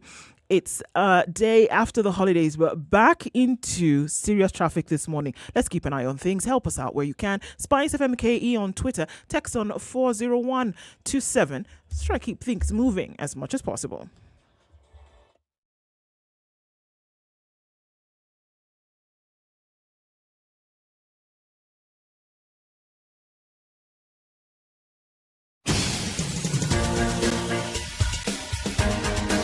This is the Situation Room, the home of hard-hitting political commentary and penetrating insights about the state of the nation. This is a talk radio experience like no other. The Situation Room, a place for hard truths, debates, and elevated conversations. The Situation Room, witty, political, engaging, deep, controversial. In the room, we have C.T. Muga, researcher, academic, seasoned political observer, a fountain of wisdom in these politically uncertain times. Ndu Oko, Nigerian by birth, Kenyan by choice, communications expert, Pan-Africanist, a truth seeker and believer in people power, and Eric Latin, agent provocateur, the man in the chair, seasoned journalist, news hound, a man who believes in punching up, not down. This is the Situation Room, the only way to start your day. You're tuned into the Situation Room on SpiceFM KE is where our live streams are this morning, and around the country, 94.4 in Nairobi, 102.5 in Mombasa, 97.7 in Malindi. We're kicking things off this morning, and as we do that, CT Muga in the studio with you this morning, Ndu Oko, our guest host for the week, Wanjiro Gikonyo, and we're joined by Dr. Mercy Korir. It has been a minute. I know. I know. Karibu sana. Asante sana. It's always a pleasure to be here. Thank you very much for joining us today as we enter into those conversations. Welcome to our audience on KTM Home as well. Thank you for joining us today. Your radio experience on TV starts now. And as we start this conversation today, we're going to kick it off with today's proverb. A cutting word is worse than a bowstring. A cut may heal, but the act of the tongue does not. Or the cut of the tongue does not. I like the way we're all nodding in submission because we agree. Totally agree. And that is why His Excellency the President needs to be careful with his words. You're not going to let go of this bone today, are you? Not only today. Not only today. Okay. The good book has something similar, right? It does. And not only in one instance. Where you read most of it is in the book of Proverbs. Yes, but they are, should we say, complementing sentiments that are expressed elsewhere in that book that you've referred to. All right. So, from today, for the next 8 weeks, we're going to have conversations about fake information that has been spreading in different sectors in our world. It's very easy for us at many times to listen to something and take it as, gospel truth. Or we hear a little bit of information and we take it as just that's what it is because it's come from what would be a quote unquote reliable source. You're never really sure what it is nowadays of what you hear and whether that is the truth. Fighting fakes, hashtags fighting fakes, KE is what we're looking at going into the next a couple of months, and continuing to be very vigilant about asking ourselves the questions about the information that comes to us in whatever form. I mean, I think about all the information you get on WhatsApp groups nowadays, all the information that you get on social media, and somebody sends something through, and because it's come on your phone, or because it's even in the newspaper, or because it's on the news, you take it as truth, and that it is actually the truth. And one of the areas that this has come out very clearly has been COVID. And COVID made its entrance onto the global scene. And I think maybe COVID was not even 3 days old when we started to hear things about a cure, when we started to hear things about a vaccine, when we started to hear things about how individuals on the continent of Africa could not then get and die from COVID. I mean, there is nothing we didn't hear, and it was impossible to actually be able to sift the wheat from the chaff. And so as we look at some of these false narratives that have been spun, I think they're vital things that we need to be able to understand about when information comes. How do we separate it? How do we separate the content and take out what is actually true, disregard it completely, or, take what is good and keep it? And Dr. Mercy Korir is in the room today to help us unpack this and really look at, first of all, off the bat, Dr. What are some of the things we heard about COVID that we can now begin to debunk in terms of myths? Oh no, there are very many of them. I think I lost track. But I think one of the ones that comes top of my head when you talked about treatment. Remember at the very beginning we were told, hydroxychloroquine could treat COVID. We even had people swearing to be doctors, giving testimonials about how it worked. And we had people buying hydroxychloroquine off the shelves. But some suffered toxicity from the medicine. Some died because of the toxicity of the medicine, but it didn't treat COVID, it didn't prevent them from getting COVID. So I think that is one of the ones that really got proven over time that it doesn't work. We still have others in terms of treatment that people are still using. And I see when somebody's diagnosed of COVID, they're given a battery of treatments, including some antibiotics, which actually do not work. And if you check, the WHO has actually advised that people should not use antibiotics for the treatment of COVID. But you still get, unfortunately, that medics, doctors, and other clinical officers and other healthcare workers are prescribing these antibiotics for people who have COVID, and it doesn't really help. What does help really is, just managing the symptoms around the disease, if it's a fever, if it's a cough, but really there is no treatment that you can say you can be given and it treats COVID. The other one was that, COVID does not affect Africans. I think that one has long been debunked by how we are seeing the continent suffering from COVID. And we've seen it even here in Kenya. We have had a third wave. We are easing into a fourth wave that experts are predicting may actually be longer, last longer for a longer duration and more lethal than the ones we've had. So all of these things really are being debunked, are being, proven otherwise as time goes by. The one on the vaccines, which I think vaccines is critical conversation right now when you're talking about COVID. It's still work in progress. I mean, we're all learning as we go along.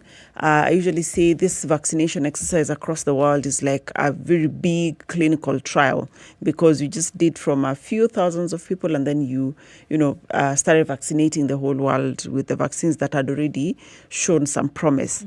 And so when we hear about clotting, it's been proven, but it's rare that people will get that kind of clotting. So we're getting, to learn along the way when it comes to the vaccine. So some of the information about the vaccines is still work in progress. But I think the bottom line with the vaccinations is that,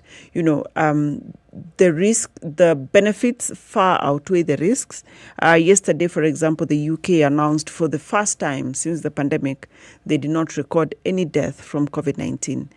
They've seen their numbers reducing in terms of people who get COVID-19, people who've been admitted. Their care homes had been really affected by COVID. But what we are seeing now is that the numbers of people the elderly, the people who are vulnerable, who are in nursing homes, who are getting COVID have actually gone down, and therefore their numbers have really gone down. So over time, we are seeing that actually vaccinations really are working towards containing the pandemic. I mean, we're fighting fake information. I mean, you as the Group Health and Science Editor for the Standard Group, you're looking at stories that are coming in from a medical perspective. Because look, if your grandmother tells you, that they have a long time solution, for example, to treating a cold and a flu, and somebody comes out and says, look, the symptoms of this thing are like a cold and a flu. Therein, there is fake information there, and it's flying. You have ginger and lemon flying off the shelves across the world, right? In the markets, people are buying it in huge amounts. So here you are dealing with the medical and the scientific side of things, and then sharing news and information. How then is this news and information supposed to be spread when people have cultural, traditional beliefs about how they have practiced health?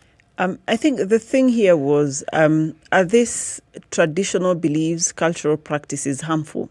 If no, then there's no harm of people going ahead and, doing whatever it is that they were doing. Because you see, part of healing and part of treatment is also psychological. Sometimes somebody may take a whole concoction of, lemon and ginger, and they feel better. Yet it's because they've told their mind that, this thing is actually helping me. So if it is not harmful, for example, ginger, lemon, they are known to be immune boosters, then there's no problem with that. Where we draw the line is when what you're going to do is going to cause you more harm than good. For example, now when you're talking about taking hydroxychloroquine, taking the antibiotics because of the risk of antibiotic resistance, or any other concoctions that may cause you harm, then we draw the line there. But if adding ginger to your tea is going to make you feel like you have beat COVID, why not? But you see, what is equally confusing when you are talking about COVID is that this is a new disease. New. Even those who claim to understand it only understand what they understand at that particular point in time. And there's a whole world out there that they don't understand. And then it is a disease that has not only captured the attention, but the lives of everyone on this planet.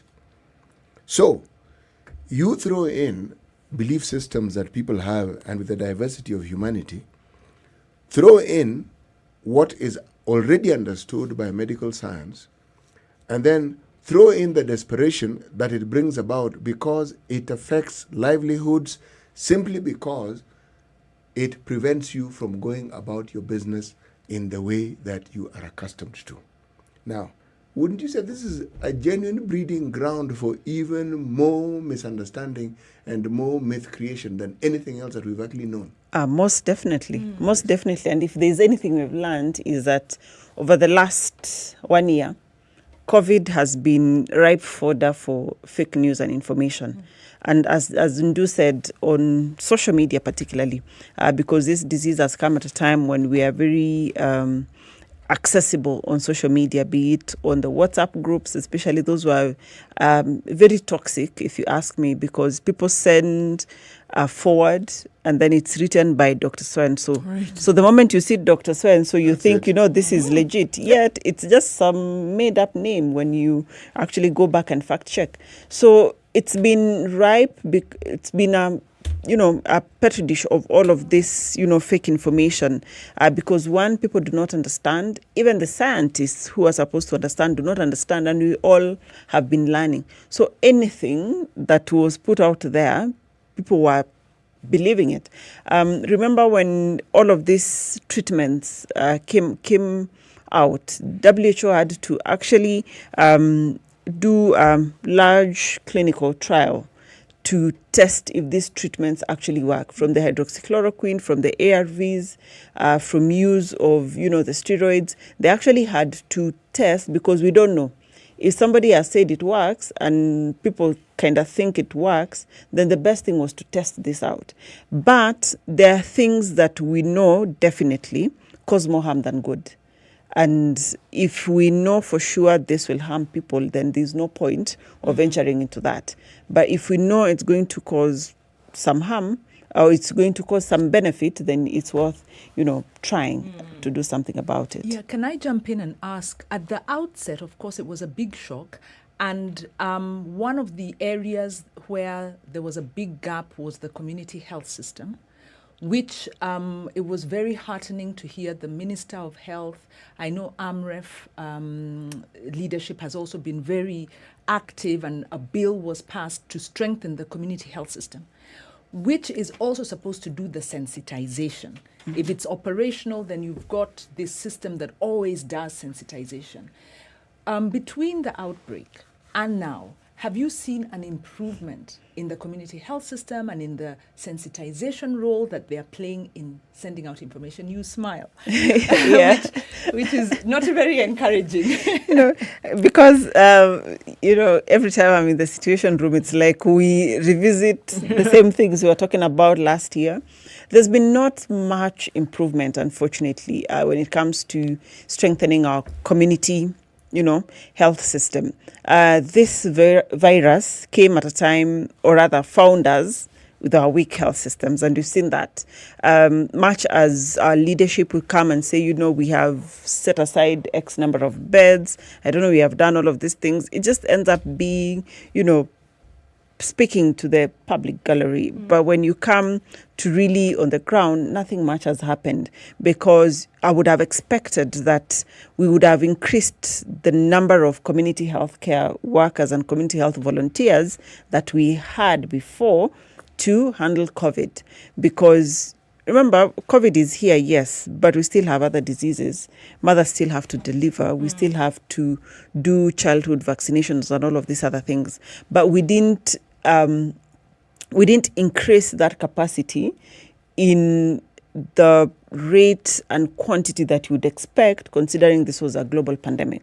So we are still struggling to, sensitize people. We're still struggling to pass the information. Everyone right now has an idea of what is happening, what is COVID.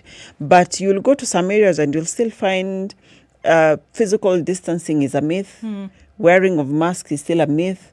People are still doing gatherings. At a time when we've not contained the disease. So it found us at a time when our health systems are weak.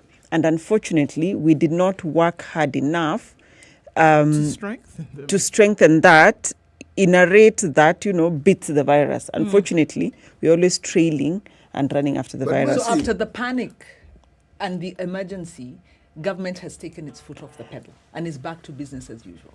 I would think so in a way, and maybe because remember the predictions and what Tundu was talking about was that this thing, when it comes to Africa, we will not survive. It will wipe us. And then when it came, we actually were able to manage, and we saw that we could actually handle this thing. So over time, and that's why we're seeing that our waves are getting worse and worse, people are relaxing a little bit more than they were 1 year ago. So while people in the same time last year were, keeping distance, not going into gatherings, being very strict about, keeping COVID away. Right now, people are like, no, even if it comes, I think I'll manage it. But ask yourself this simple question. Even countries that had vibrant, strong, well-managed health systems couldn't cope. I mean, this particular disease didn't really care for wonderful health systems. It didn't seem to care for even preparedness, because how are you going to prepare for Such as which system had a good health, which country had a good health system and a good response system that didn't cope? Because India has an excellent... now we've realized I'm not talking about India doesn't have an excellent health system. The public health system in India is... I'm not talking about India. But every nation on this planet that is called the first world struggled with this disease terribly. Yeah, struggled, but a good response with a good health system enabled them to cope better. The point is, it's a pandemic. It's going to have dire consequences. But to say that irrespective, everyone will be negative, every country. Actually, Wanjiro, a good response. It is true. This disease mitigates, caught everybody unawares, and it really struck everybody. There was no country that could say they had a handle on it when it first hit them. No one had a handle on it. I think the point I'm making is that if we should not then say that the countries that didn't respond, I think it's the point we're making earlier. A good response reduces the impact. And what we are saying is that what Mercy is telling us is that after a fast, good, relatively good initial response, government has taken its foot off the pedal because there is the impact was not as severe as initially predicted. Yeah. And so now we are more vulnerable. Possibly the waves. That's why the waves are getting worse. Yeah, we are most vulnerable actually. Right? We are not as keen as we should be. But you see, Wanjiro, the issue here is not what even the government does.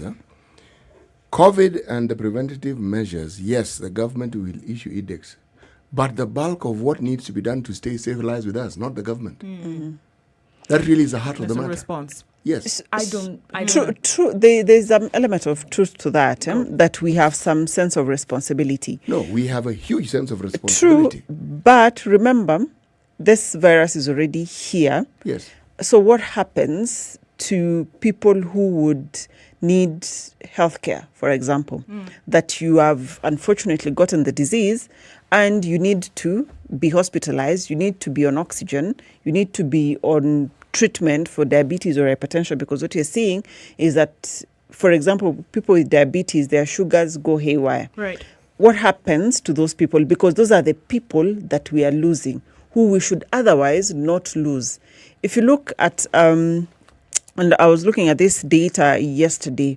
There are some counties in the country which are actually having a higher death rate from COVID than the national average. So you find that they have about 5%. And the question I was asking is, why these particular counties? And so when you look at those particular counties, it's because their healthcare system, availability of oxygen, for example, something that should be in every hospital, is not there. So somebody is dying because they could not access oxygen, not because of the disease, because the oxygen would have kept them for much longer. So their chances of surviving would have been higher. So there is both sides have responsibility. But for me, the biggest one should be government, because at the point where you need care, it should be available to you. Yes, that should be the case. But remember, the disease finds you if you go towards it. You know you should wash your hands. You know you should keep distance. But we're going to say, but what do you do? I must crowd in matatus. If you go to our rural areas, if you go to the areas that are now experiencing this prevalence, social distancing was not considered. These basics that we talk about, not happening. No one gave a hoot. Where are you going so far? And we had the Madaraka Day celebration yesterday. So let's actually take a break and come back. Sure, I'll have to take a break on KTN Home. But before we do that, let's talk about Samsung and how awesome you are and how awesome I am and how awesome you are, of course. And Samsung has a new series of phones to emphasize just this. Awesome could be a skill, it could be a craft, and could also be a piece of technology that blows your mind away. We're going to be talking about some of the offers that Samsung has in some of this technology technology. It's well known for the tech sphere and its innovation in competitiveness. And the A series of phones proves that awesome is not just for the high-end phones, but awesome is for everyone. So what makes a phone awesome? We'd like to hear from you. Tell us on our social media pages, SpiceFM on Twitter and YouTube. Send us a message and we'll put that up. What does awesome mean to you? And we'll see how Samsung is bringing awesome in a phone that doesn't have to be high-end, but also makes the experience just as awesome. This is the Situation Room, the only way to start your day. Spice up your life. SpiceFM. It's getting hot in here. Oh, everybody steals. It's better a thief who brings something small back. And I say to myself, there's no better thief. A thief is a thief, period. All those bribes, how much they're getting per year, how much inconvenience they're causing, as much as you call it a small case, it's worth it to be convicted. The truth is, we are a tribal nation. Because if we were not tribal, and I want to go back to this, you cannot continue walking around with a mug which is clean outside and it's rotten inside. We have become a fuliza country.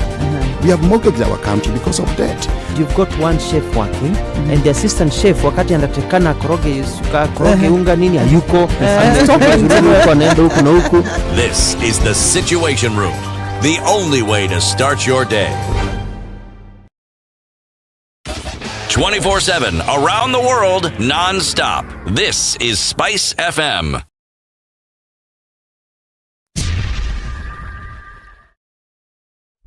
Classic soul, R&B, smooth jazz, neo soul, and nostalgic ballads. Make some noise. Yeah. You're listening to 14 degrees in Nairobi. We're looking at mostly cloudy conditions, highs of 24 and lows of 13. It's 14 and raining in certain parts of Nyeri, highs of 22 and lows of 13. 25 will be the high in Nakuru. It's mostly sunny at 15 and sunny conditions in Eldoret at 17.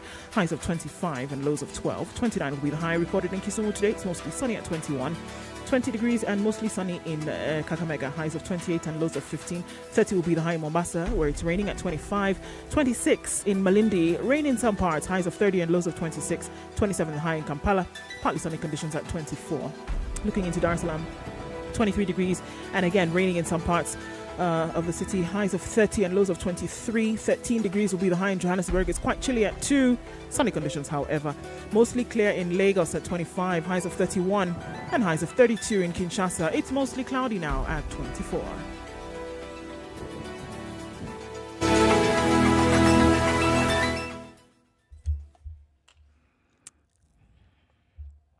All right, it's still packed on Outer Ring, headed towards Feather Interchange. It's quite crazy this morning, guys, in terms of what has happened earlier on with that accident. We still see some traffic on Mombasa Road headed out into the city. This one, normal. It's probably going to get a lot more crowded than it is right now. The service lane's doing good on Thika Road today. Quite some traffic coming off of Kiambu Road headed towards Muthaiga Square and out into the city. We're going to keep an eye on things and how they open up for us. Hopefully, it will not be too bad from here on out. We're in the middle of traffic hour, about an hour or so left in this. Hopefully it doesn't go beyond the craziness that we see. There's been an accident, unfortunately, on the ICD route going towards the southern bypass. It's another one and counting this morning. We've got to be careful even as we try to traverse the roads, okay? Incidents, accidents, anything else, let us know. SpiceFM on Twitter. Text on 40127. We want to keep things moving.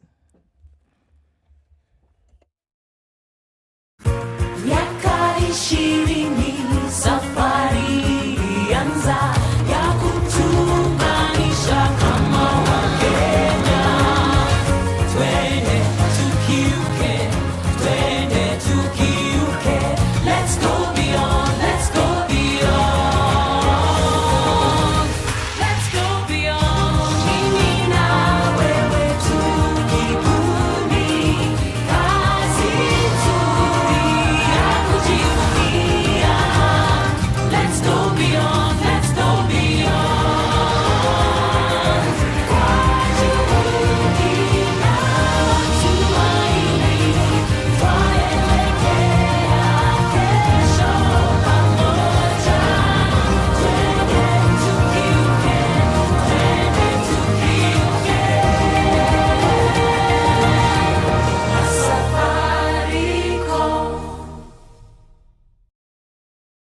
mature, intelligent talk every morning. Spice up yourself.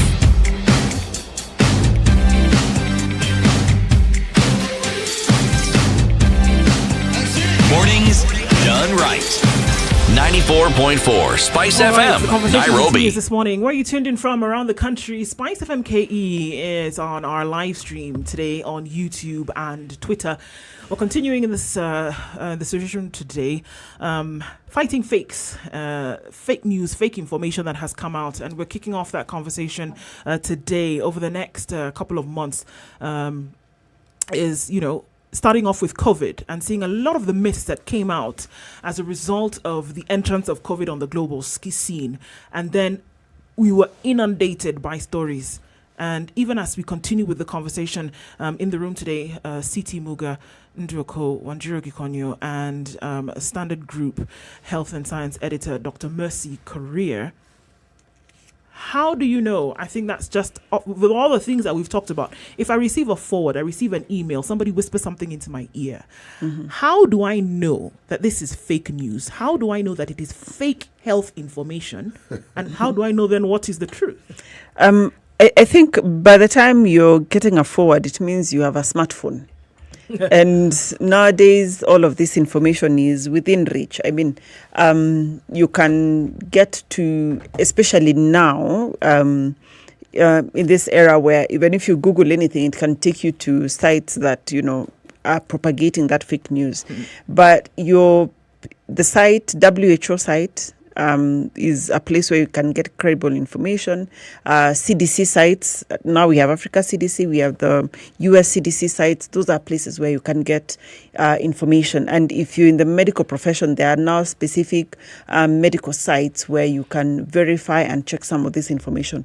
But for the public, your WHO and CDC sites and your own Ministry of Health site would be good sources of information or good places to verify that information, because if you just to randomly Google, and I have done this myself, it takes you to sites that really look credible, that is branded Dr. So-and-so, or according to, I don't know which study, according to research, those very nice words that are meant to convince you that, the information is credible. But I think limiting yourself, especially now, to sites that are proven, that by the time information is put out there, it's been verified, then I think that would go a long way in helping to just know that this information is either fake or true. The other bit is that I think every one of us, for those that may not have the privilege of a smartphone, every one of us knows a doctor or healthcare provider. You can also just check in on them and find out, is this really credible? Is it something worth believing in? Is it something that I should take seriously? And they'll be able to tell you whether to believe that or not. And if they are not sure themselves, they should be able to now even verify from the medical sites where some of this research is done, some of this data is published, so that they're able to tell you whether it is credible information or not. Unfortunately, and that's one of the things that I've come to see, is that, at the end of the day, even we doctors are human. Sometimes we also fall prey to fake news and fake information. So it's also just good to also now double check, like what you do in the newsroom, because Dr. So-and-so said A, B, C, and D, you just have to also now just check with somebody else and maybe a third opinion, so that you can corroborate what you're getting. I remember somewhere during COVID-19 and when the vaccination started, we had the Catholic Doctors Association, telling people about the vaccines and not take the vaccines. And, when they say doctors, you actually believe it. So it's also now just good to know what source of information. They actually were doctors. And that story really ended on a sad note. No, that was a very tragic. And yet, from COVID, right? The chair and his brother. And yet, if you were to ask how many people who subscribe to the Catholic faith who are doctors, who are not in that particular association, you'd find very many. There are more than those in the association. So, where the fake news is when you say Catholic doctors. That's the fake news. Because it isn't. It is this association, and with specific members who are medical doctors and who also happen to be Catholic. Who are known to be anti-vaxxers for a very, very long time. They've opposed all vaccines known. Yes. So I think also when you're dealing with decentralized information, this is a decentralized and digital information, where you can't really say the Catholic doctors are fake because they're a lobby group, and they're a legitimate lobby group, and their position is legitimate if misadvised, because like you say, they're anti-vaxxers, it's their policy. So how does the citizen then discern? So with the proliferation of information and points of information, there's a skill that we all need to learn, all of us, which is information literacy. So it's emerged as something that people need to be taught, because you can't always, you will not always receive the correct information. So you need to learn how to sift through yourself. Information literacy, critical thinking, and we're not the only ones who are prey to the misinformation. Look at the States with their major kind of education system. You still have a lot of misinformation being propagated. So the issue of information literacy, critical thinking, I think needs to be taught. But then again, it can only go so far. Because if somebody's an anti-vaxxer and they hold to that, I don't know how you break through that. I mean, there's a whole thing, because we also know that there are some anti-vaxxers who have vaccinated their whole family and their children. So they're doing it for the public relations and all of this. I mean, we get into a whole, it's a business. We get into a whole other fake news arena when we even start to go into that. But I do remember on the onset of COVID, in this very room, one of the things that we said needed to happen was that clear, concise communication needed to come from a central point in terms of what people needed to know, what they needed to do, and how they needed to do it. And we liken this to the communication that came during, and maybe it was quite some time after the onset of HIV, but after some time it was very clear what HIV was, what you needed to do, how you needed to do it. It was very clear, and even until today we still remember, because it was ingrained in our minds. Now, looking at fake news that has come out as a result of what has happened with COVID, like we heard the former president of the United States saying something as ridiculous as everybody can have a tot of bleach, for example, and you'll be fine. And Americans went out and bought bleach, and some of them were admitted in hospital. Yep. Right? If we're coming back to this side of the pond, the two people you listen to before everything else are your doctor and your priest. And then we have this information coming from people that ordinarily we would take advice from. So how do you see it?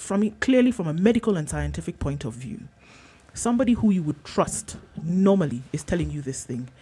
You have gone through and you've done your Google and you find that something else. What do you do and how do you make that decision?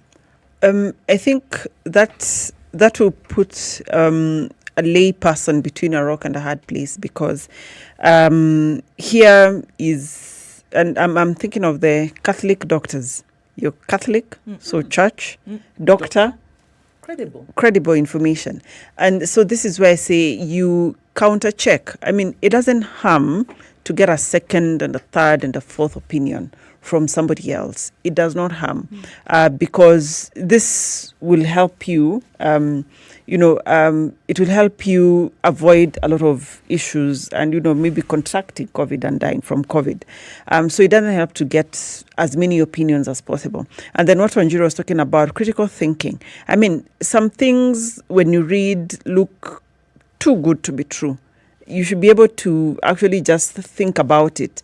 Or if everyone else is saying opposite of this, why is this particular person, let's say, opposing the vaccines? Just think about it. If everyone else is saying do it, why are only a few voices saying don't do it? And that helps in actually now just questioning the kind of information that you're getting from some of these sources. And the other thing is, and I just want to go back to what you're saying, critical thinking. When you think about some of this information, if and unless it is verified, you don't need to forward. You don't need to share.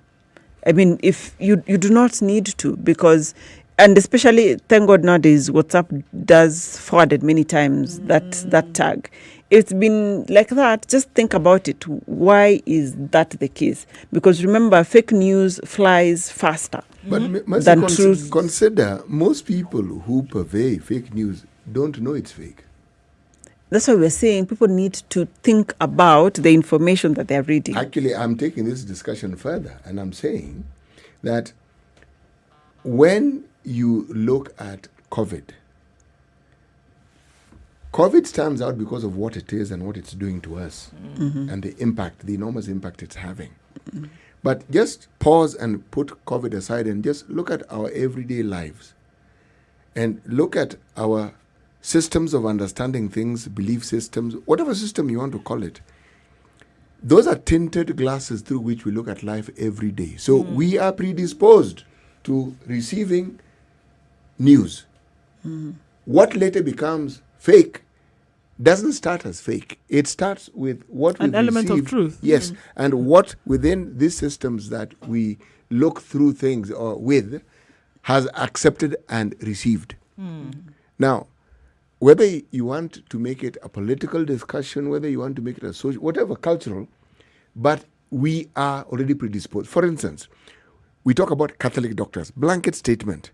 Not true, because it is just that group of people who happen to be anti-vaxxers and also happen to subscribe to the Catholic faith.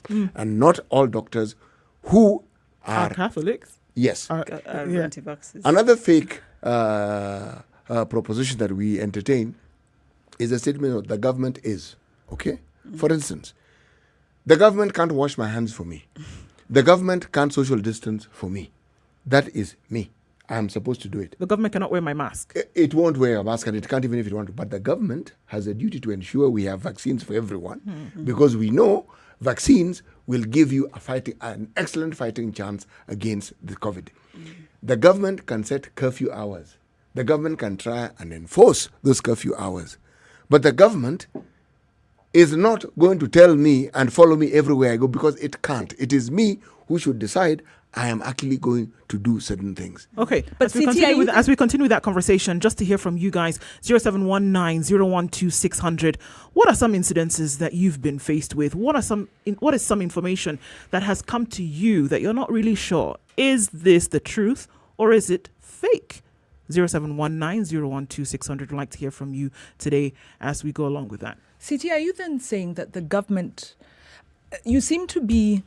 No. Are you saying the government does not have a responsibility to communicate? And the point that Mercy made, a central point of communication.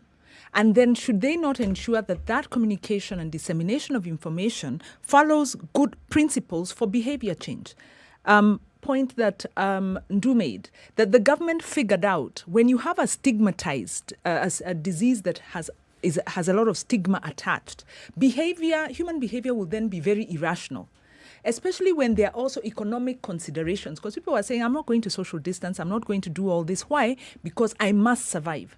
In this case, the responsibility of government is to have consistent central communication that builds in principles of behavior change, recognizing the irrational behavior that they're dealing with. What you're saying is the myth, because this centralized position from which the government speaks, if there is no system that guarantees it is cascaded through the health system to community health workers who understand how to communicate these sophisticated things to the community, complete waste of time. You can talk as much as you like every day centrally, it'll go nowhere. Before Dr. Mercy addresses some of those things, let's hear from Dr. Majan in Mombasa. Good morning, Dr. Good morning. Thank you very much, Situation Room. Asante. I'm glad that you brought this topic today. The other thing that we have to realize is the politicization of the COVID-19 treatment and information. One, you can have, a case in point will be possibly, India. And whereby the ones in political leadership will kind of cosmetically make social distancing to be horrible, and other things we know are measures to contain this. And then there are also politicization. You have these wars about even the vaccines.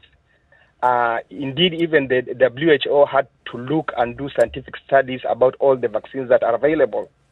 some people will now start saying, no, we don't like the Chinese vaccine, we don't like the Russian vaccine, and they'll think that there's some politicization about it, and therefore there'll be a point about spreading of fake news. Yeah. The unfortunate thing about the Catholic doctors, particularly they have an advocacy rule, and of course role, and perhaps that is important. But then one have got to sift. The very unfortunate thing about it, one now has got to read between the lines and sift the Pope information. Francis himself took the vaccine, and the Pope is, in the Catholic leadership, he's got a lot of advisors, medical advisors who really must have advised him. I think this advocacy role of the Catholic doctors was kind of misplaced in a way. But also, when we are looking at a central source of information, let's say particularly, the Ministry of Health, if the country's leadership kind of muzzles some certain information, and this is what happened, in our neighbors. Yeah. It will cascade down to all to the Ministry of Health, to the provinces and everybody. And if you suppose you open the website of that government or the Ministry of Health, they'll not be giving the right information about COVID-19. They'll be giving information that is palatable to the country's leadership. Thank you, Those Dr. are some of the cases. Thanks for your comments very this morning. much. Thank you so much. Let's hear from Ed Gitonga in Nyeri. Good morning, Ed. Morning to you. How are you doing? Very well, thank you. How are you, sir? I'm doing good. Now, here's the question I have. No, for example, I was for AstraZeneca. I wanted to go for the job. Yeah. Yes, we can. Okay, Ed, we can't hear you very well. So, maybe we can try calling you back, and then we can hear what it is you're saying, right? All right, let's hear from John in Eldoret. John, good morning. Okay. Hello, John. Hello, John. Good morning. Morning. How are you? Very well, sir. How are you? Fine. Yes. Normally, I agree with the Muga on many things. But this issue of telling us that it is, of course, there is an individual responsibility, but to me, the biggest responsibility goes to the government. When you are dealing with a pandemic, it is usually a government responsibility, not an individual responsibility. John, Kweli. And I can give you an example, Muga. The only two countries that I know that tried the individual responsibility failed miserably, and that is US and Sweden. All the other countries that have done very well, this thing has been driven by the government 100%. Are you saying that the compliance of the citizenry did not play a role in this? No. It does, but the government must take the lead. You cannot say now it is individual. And Dr. will tell you there. Sometimes those people get COVID. It's not that they don't wash their hands. It's not that they don't put their mask. Okay, I'm going to backtrack here. Did I say that the government has no role? No, what you are trying to say is that the individual has more role than the government. No. I actually didn't say that. I said the individual has a role and it must be recognized. And the fake news is that it's only the government that has a role. That's what I said. No, that's not what you said. You qualified now, but you're welcome. But surely, isn't that what I said? Yes, John. Okay, let's give John a Let me ask Dr. a question. Yes. And this one, because now the government is also not helping when it comes to or the medical fraternity is also not helping when it comes to fake news. For example, initially we were told that you cannot mix the vaccine. Yes. Now they're telling us you can actually mix the vaccine. Which is fake. No, it's not. I don't know if it's fake. No, I'm actually asking the question, which is fake? Is it that you can have the first dose and stay with it for some time? Because this is what we've heard coming from the Ministry of Health, that we can push up the period up to 16 weeks. So I think what John is asking is different. So there's a bit about the duration, where for AstraZeneca particularly, you could wait up to a maximum of 12 weeks before you get your second dose, because it showed that the longer the duration of wait, the higher the response, the higher you mount a response. But I think what John is asking is about if you get AstraZeneca as your first dose, And Can now you we finish don't have with it. Johnson? Can you finish with Can you get Johnson and Johnson? Johnson or any other one? And I was saying Yes. actually last evening, Canada was saying you can actually mix the vaccines. And this is what I was saying earlier on, that we've only had these vaccines for now 5 months, 6 months, going to the 6th month. We are still learning along the way. What I was saying is like a very big clinical trial across the whole world where we are learning as you go along. Remember, initially, for example, for Pfizer, it was only for people above 18 years. Then the Pfizer and the US went to check on adolescents. Can we vaccinate people between 12 and 16 years? And they did the studies and they're like, okay, yeah, I think it's safe to vaccinate. So we are learning along the way. And for me, if it is approved that you can mix the vaccines, the better, because it means then we'll have more people accessing the vaccines. But then maybe the politics, what Dr. was it Majan was talking about? Yes. There's a lot of politics with the vaccine in that, and what you're seeing that the richer countries have vaccines, they are trying to entice, kubembeleza watu wao to take the vaccines, yet in the low and middle income countries where we need the vaccines, we don't have vaccines. We have actually But Mercy, delayed. we also need to also tell our audience and people who listen that all these vaccines have been given approval for emergency use. Yes. Okay, which means many of these vaccines are yet, and you've alluded to it, are still at trial stage. And emergency use means there is more good that will be gotten out of it than harm. But as it is used by more and more people, they get an opportunity to see how it actually interacts with a large population and with the diversity of population. Yes. You have explained it. Yeah, And so we are learning along the way. Yes. Can I also pick up on the issue At of least for politics? vaccines. Yes, it's yes. Even the COVID itself. Yes. Really. We're So still then it's learning. easy for fake news to come, especially when you're in a process of continuous learning. Which is what City was talking about, that because this is a new disease, Yeah. anything goes. So that's why we're having now this conversation. How do you know that what you have received or what you're hearing is actually the truth and not the fake information which we expect from this situation that we are in as a world?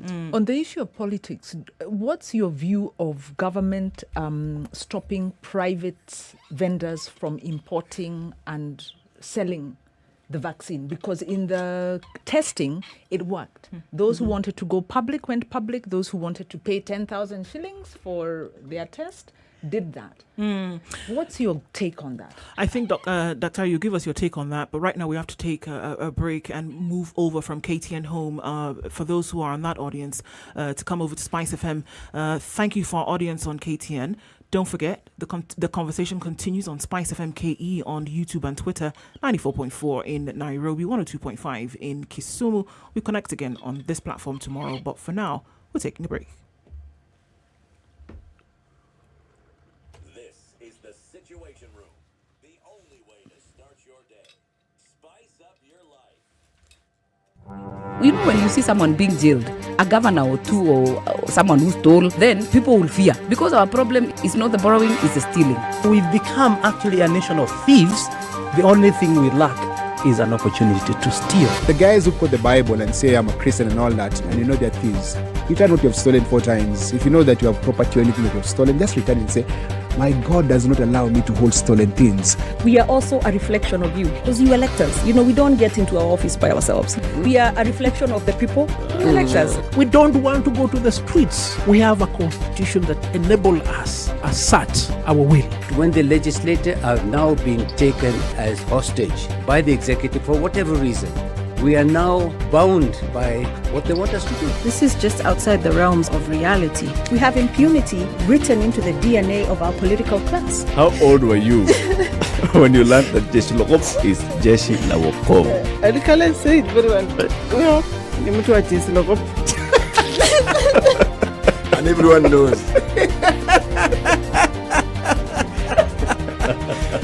Okay. This is the Situation Room, the only way to start your day. Are you ready? Okay. Spice FM. Mature, intelligent talk every morning. Spice up yourself.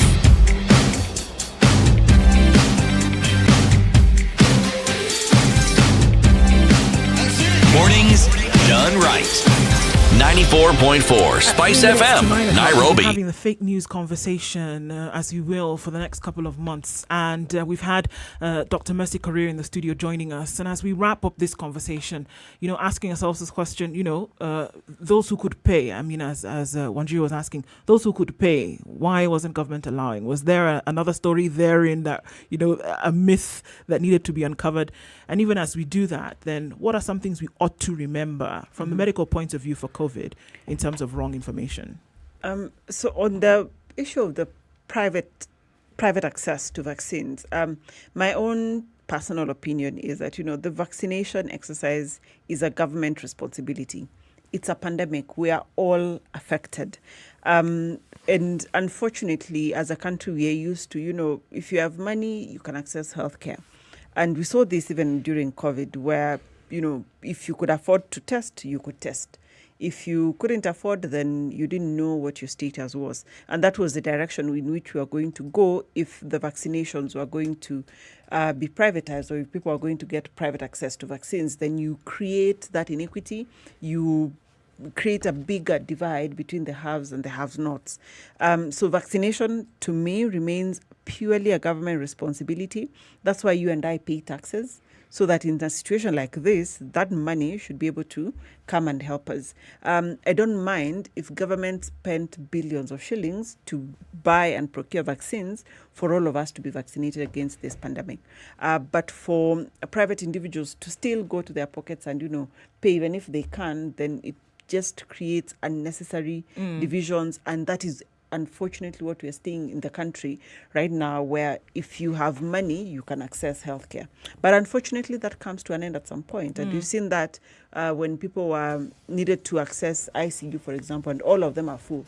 You have money, but there's no bed. Right. So we need to really change this notion of, that money buys everything. Health should be a public good. Everyone should have access to good healthcare. Now, when it comes to COVID... In 10 seconds, Dr. Yes. I think what we need to remember is that this disease is actually here. 1. 2, vaccines have been shown to give us more benefit than the risks associated with it. And when it comes to fake news, if it seems too good to be true, just verify. Just counter check. Call somebody. And you have the websites, Ministry of Health, WHO, CDCs. You can also check for information there. Always a pleasure to have you in the room with us, Dr. Mercy Career. Thank you so much. And we hope that as we continue to ingest this information, we will be ingesting the truth. It's now 8 o'clock.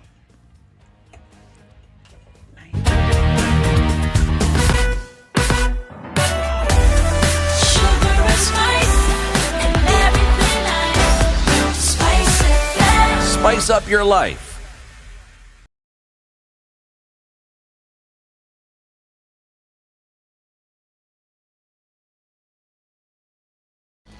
The latest news from around the world. 94.4 Spice Good morning. FM. This is the Newswire. I'm Rhea Ubaga. ODM leader Raila Odinga has filed formal appeals against the judgment on the BBI. Raila, in his appeal, gave 19 reasons as to why he felt the court erred in nullification of the BBI. Some of the reasons in his appeal, together with the BBI Secretariat, say that the learned judges misconstrued and misapprehended the factual matrix relevant to the constitutional amendment initiative and thereby made wrong decisions. In addition, they say the judges misapprehended the amendment standards, rules and methodology applicable under the Constitution of Kenya 2010 and thereby made wrong decisions. This comes as Raila says that the BBI process is unstoppable. Lakini sasa tunasema tunataka mwanzo mpya yale ambayo mmeanza. Hii mwanzo ni kwanza kuunganisha Wakenya wewe kama kitu kimoja.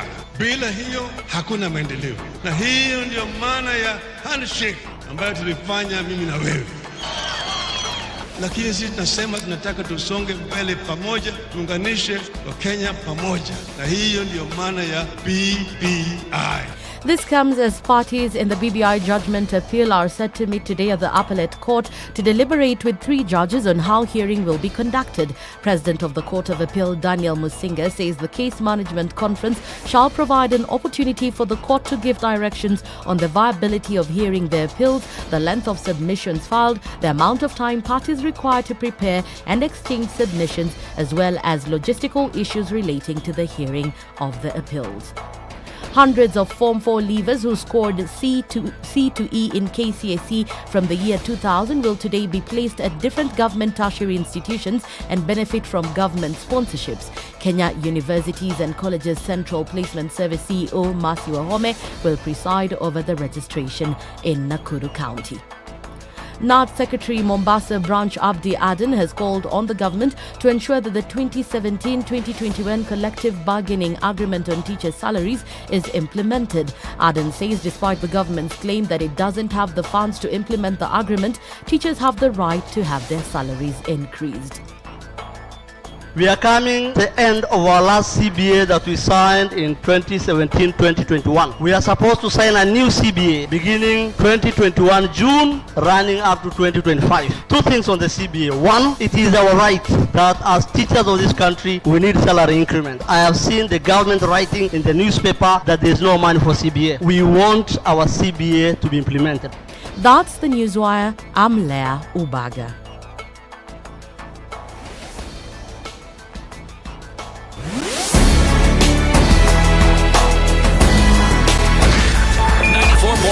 Spice FM, Nairobi. Okay, so there's still quite some traffic on Mombasa Road this morning, in and outbound, especially around General Motors. And then you get to Cabanas, and in and outbound, still some today because, of course, the road is narrow and you have traffic coming from Utawala area, coming from down Mombasa Road, headed in the opposite direction as well. So it's looking tight. Feather, Outer Ring, the interchange there, absolute mess. North Airport Road from Taj Mahal, Babadogo, that whole area going north. Problems this morning. A lot of traffic there this morning. Not quite sure how to handle it. This one just needs some patience, and then tomorrow to say, I will not follow this route. May? No? Okay. Getting off the southern bypass towards Langata Road. Also quite thick, guys. Getting into the CBD, coming down Langata Road around Nyayo Stadium roundabout. Use Bagathi Way probably would be a faster route for you to get into the city. Those are the options, and we're still looking at more. Industrial areas jam-packed this morning. Coming off Jogger Road towards Landis, out into the CBD as well. It's moving, it's slow, but it's moving, so it's good. The Red Hill bypass coming out of Westlands into the CBD, there's a good option to use. Use that, at least for most parts of today. Let's see what it looks like in about half an hour. We'll be officially out of traffic hour. SpiceFM KE, that's how you can get in touch on Twitter. You want to text us? Do that on 40127.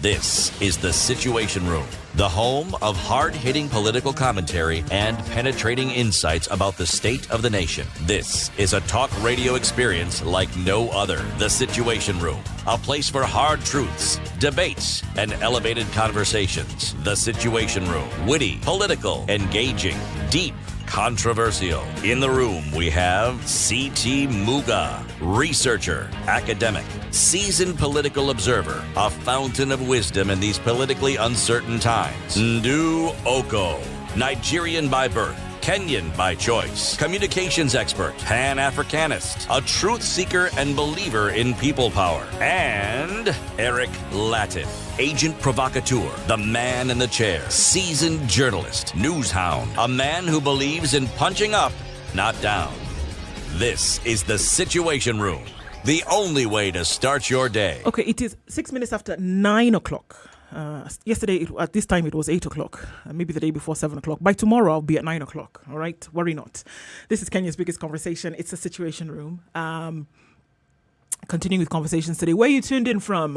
You following us on the live stream, SpiceFM KE on Twitter and YouTube. Around the country, 94.4 in Nairobi, 102.5 in Kisumu, 97.7 in Malindi, and other towns around Kenya. It's Kenya's biggest conversation, and we continue with conversations coming out of Madaraka Day yesterday. But before we get into it, CT, today's proverb. A cutting word is worse than a bowstring. A cut may heal, but the cut of the tongue does not. Heavy things, words. Mm-hmm. Okay, words were also used yesterday. Words that carried heavy messages for people in Kenya, to the judiciary, the political class. But words were used yesterday, and those came in hot and heavy. And I'm going to quote some of them. Yesterday was Kenyatta Day. Yesterday, President Kenyatta spoke during Madaraka Day. Those words, again, fumbled, okay? Many could say it was actually Kenyatta Day because then he had an opportunity to speak about some of these things. President Uhuru Kenyatta said, "Our constitution is not a yoke around our necks. Rather, it is a mighty sword that can break the chains that limit us. The moral foundations of justice demand that the judiciary bears the burden of choice and the consequences thereof." He didn't mince his words, the president, when he was talking about what he truly feels about the judgments that were made. And I'm going to give a couple more of those quotes from yesterday. He also said, "From the nullification of a presidential election in 2017 to an attempt to stop the will of the people as expressed through the BBI, the judiciary has tested our constitutional limits. While I stand by the rule of law and I will always obey the decisions of the courts, I am also compelled by my position to heed the sovereign and supreme voice of the people of Kenya. That is why our national conversation today must focus on the consequences of choice." So now the choice that the judiciary has made as concerns the BBI. He further on went to say, "The architects of Madaraka, however, warned us that in making such adjustments and alignments, we must avoid the paralysis of constitutional rigidity." Okay? You can't just look at the Constitution as a straitjacket and think that we're just going to use it as is.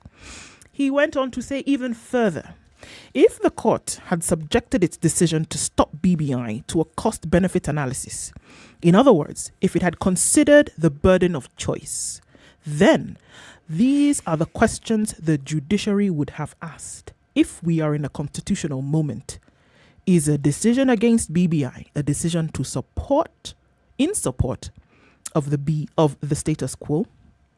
If BBI were to be stopped, who carries the burden of choice? On whose shoulders will ethnic majoritarianism of two communities rest? And who will carry the burden of losing 30% of our national budget every 5 years due to the toxic politics that BBI seeks to resolve? Who then will bear this responsibility? Saying that now this choice has been removed from the people, who is going to bear the responsibility of these things that BBI, according to the president, initially was set up to save the country from? So now that the judiciary has done this, now that they have made this judgment, there are certain things now. Who is going to take up the responsibility of the result of this decision? Questions that he's asking. And he said, you know what? The will of the people has been shut down because of the decision that has been made by the court. That's the conversation that we're having this morning. The president said very many things yesterday, but clearly he places the blame, number one, on the judiciary. Number two, the responsibility he places again on the judiciary. That if things go haywire, it is as a result of this decision that you have made. And here we were trying to actually solve the problem. Two tribes have been at the helm of leadership in this country. BBI would have solved it. Money not going to the counties as it should, down to the feet of the people. BBI would have solved it. And you've made a decision to go against it. It is you. So if anybody were to come and ask questions, Uhuru Kenyatta, why did you not? He'll say, hold on a minute, I was ready. But the judiciary shut it down. That's the conversation we're having. We're going to open up immediately. 0719-012-600. That's the number you can call us on today. And we're asking in this hour, what is it or who is it that then bears the responsibility? Or is there a blame game here? Who should bear the responsibility for the decisions that have been made? Is there a responsibility to be born? Do we have a head of state? Oh, are we going that far? Of course. When the head of state starts throwing up his hands and saying, unless we change the constitution, we can't stop corruption. Unless we change the constitution, we can't have accountability to the laws that we have. That is not only an evasion of responsibility, it's diabolical. How exactly is it an evasion of responsibility, Wanjiro? Because when you're elected, you're elected. He was elected under the Constitution of Kenya. At no point during the campaigns did Uhuru Kenyatta say, I will become your president and I will change this constitution because it's, Kenya's, you can't govern under it. Would it have been made okay if he said it? If he had said, well, I'm going to become your president and I would like to change the constitution, then it would have been okay. Changing the constitution can be a platform for reform where you say a constitution is unworkable. But the truth of the matter is, if you look at the Jubilee Manifesto, what he did promise and what he has given us, and you said he's been consistent, was projects. He said projects. And in fact, Kwame Owino was interviewed on the eve of the 2013 elections. And he said this manifesto is unimplementable and it will bankrupt the country. So what has happened is very simple. Uhuru has been very consistent. They said they'll build projects, they built them. Unfortunately, they also stole. They said they'll fight corruption, they didn't. They stole and they bankrupted the country. Now that the country is bankrupt and we're in the midst of a COVID pandemic and he's unable to cope, he's transferring the blame. That is what this is. And that is what BBI is. It's a distraction from the failure of really the worst presidency that we've ever had in Kenya. And this is now tying it up, this tirade that is illogical, diabolical, unstate person-like. It's very unfortunate. He should have been humble enough to say, we've made mistakes. BBI, he could even have transferred the responsibility and said, yes, there are things in the Constitution that we do need to change because they are. He's right, there is a constitutional moment. There are things that do need to be changed. But the bigger problem is the non-implementation. From day one, this administration has not been subject and faithful to the Constitution. When you say it's the worst presidents we've had, I mean, what is our yardstick for a good presidency? David D gave us a very good yardstick. He talked about we've had 4 presidencies. He talked about Jomo Kenyatta, he talked about Moi, he talked about Kibaki, he talked about this government. And in fact, he was talking about the administration. And he had 3 parameters. He talked about competence, he talked about corruption, he talked about democratic rights. And he said, Jomo Kenyatta, and I can't quite remember, he said the levels of corruption were very bad. Competence was pretty good. Levels of democracy were also good and then in the Kenyatta era? Good and then undermined over time. Started out on a certain level. He then looked at the Moi era, where he said Moi was very competent. He was a dictator, no democratic right, very high corruption. He said, unfortunately, with the Jubilee administration, they are incompetent, they are corrupt, and they do not respect democratic rights. There is nothing they have, no footing. And in fact, you can look at the independence government as an independence government where you're working from ground zero. But if you look at the 3 that you can say Kenya now has come of age, this one is incompetent. They can't even implement their own policies. You know, Wanjiro, So that is my yardstick. You asked a question and answered. And so it is the worst. I like the examples you've given. It's just that I'd like to add to what you're saying. You see, when Kenyatta became president in 1963, it was a different world. I've said that. So we say that was from ground zero. It was a different world. Yeah. And the demands, our knowledge of rights, our knowledge... were different. Completely different, all right? So let's measure from Moi. Yes, and the Moi wasn't that different, really, because in the Moi era, you're talking about Moi became president in 1978. You still had countries right around the world, some still looking for independence.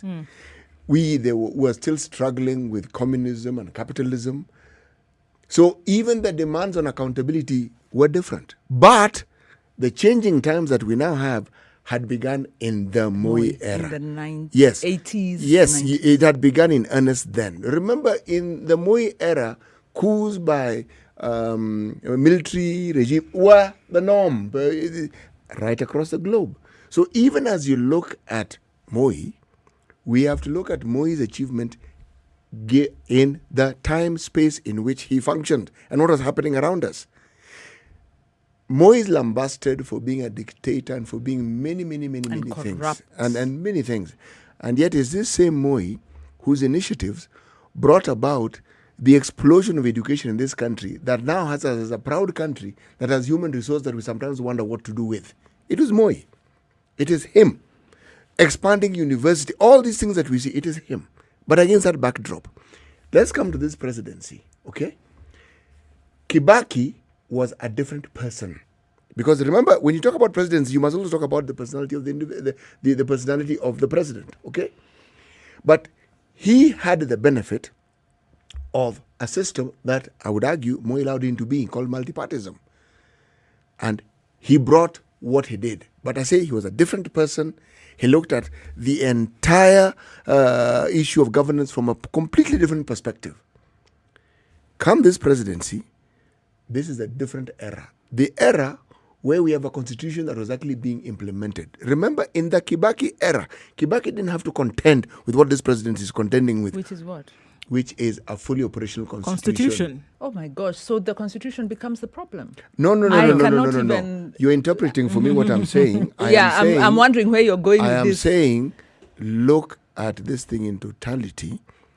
Are you saying yes, that the constitution has prevented President Kenyatta from implementing his mandate? I am saying that President Kenyatta has had to deal with a totally different time space and variables that the other presidents didn't have. That is what I'm saying. Yeah, but does it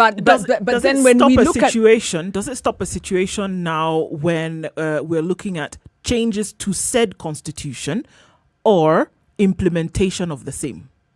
Does it stop it? Let me ask the question. If we took the other presidents that I've mentioned and they had this constitution, if you want to judge it, how would they have fared? Well, I'll help you with that. There's an answer because there was an assessment made. When this government began struggling with implementing the constitution and they said it's too expensive, it's too this, they did an assessment. Socioeconomic review was done. That report was published in 2016. They said there's nothing wrong with the constitution. The problem is the non-compliance. They said it there, black and white. They did a proper audit. No, I think you misunderstood my question. I answered your question perfectly. You said that they had the burden of the constitution. And I'm telling you, they have evidence. Their own report conducted by Parliament, the Auditor General, and experts around the country. The question commissioned by government. The question I asked. Because that was punde imechoka, hatuwezi kuimplement katiba. They did their own assessment and their report came back and told them, nothing wrong with the constitution. You guys just get onto the system. No, the question I asked was, if we were to look at the presidents we've had prior to Uhuru Kenyatta, and we had this same situation we have with the constitution, how would they have fared? The presidents that we had then had almost absolute power. It kept diminishing with the time. With the implementation of the constitution, that absolute power completely went. Oh, great. I think it's a great point you're making because I think that's in the mind You're conceding reluctantly. No. I'm conceding your point, but it doesn't mean I agree with you.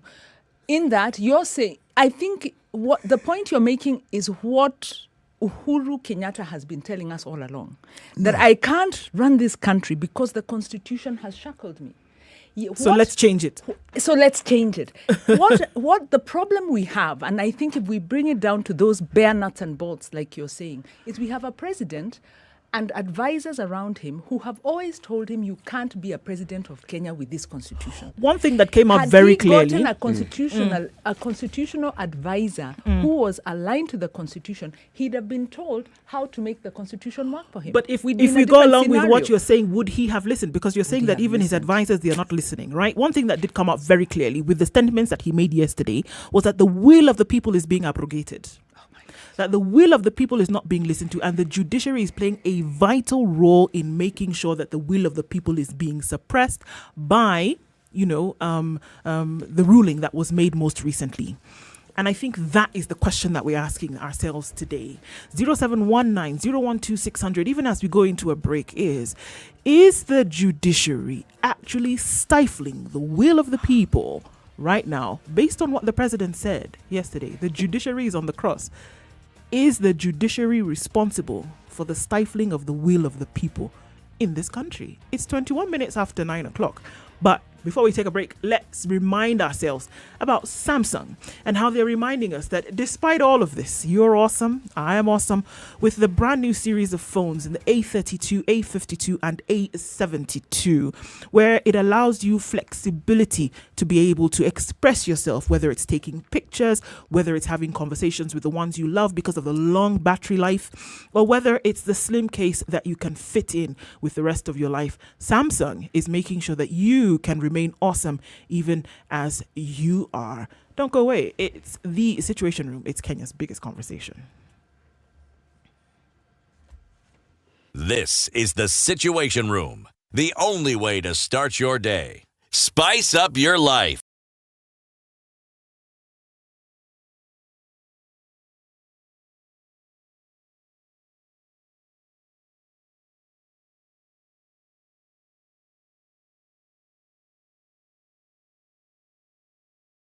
Spice FM. Hey, it's getting hot in here. The media has greatly contributed to the moral rot that we experience in this country. I remember a senior politician telling me, point blank, nobody steals in the field, it's stolen in the granary. So my friend, if you're going to win an election, jipange kwa granary. I think we are suffering from Stockholm syndrome. Our violator and abuser is also our redeemer in our mind. The whole political class, the whole political institution is rotten. It is based on ideals that cannot progress our country forward. This is the Situation Room, the only way to start your day. The weather with Spice FM. Sunny conditions in Nairobi at 16, highs of 24 and lows of 13. It's raining lightly in parts of Nyeri at 15, highs of 22, 25 with high in Nakuru. It's partly sunny at 17, 18 degrees and sunny conditions in Eldoret, highs of 25, 29 the high in Kisumu, where it's mostly sunny at 23. Sunny conditions at 22 in Kakamega, highs of 28, 30 with the high in Mombasa, light rain at 25, 28, and also raining in Malindi, highs of 30 and lows of 26. Mostly cloudy conditions in Kampala at 25, highs of 27 and lows of 17.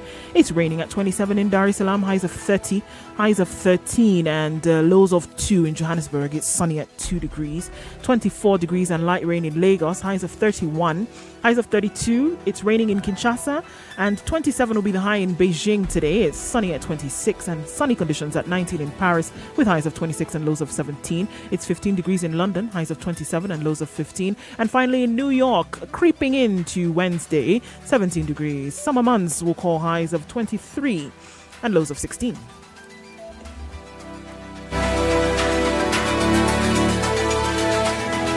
Spice FM. Spice up your life.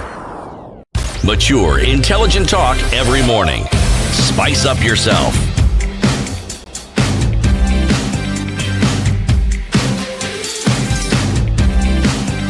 Mornings done right.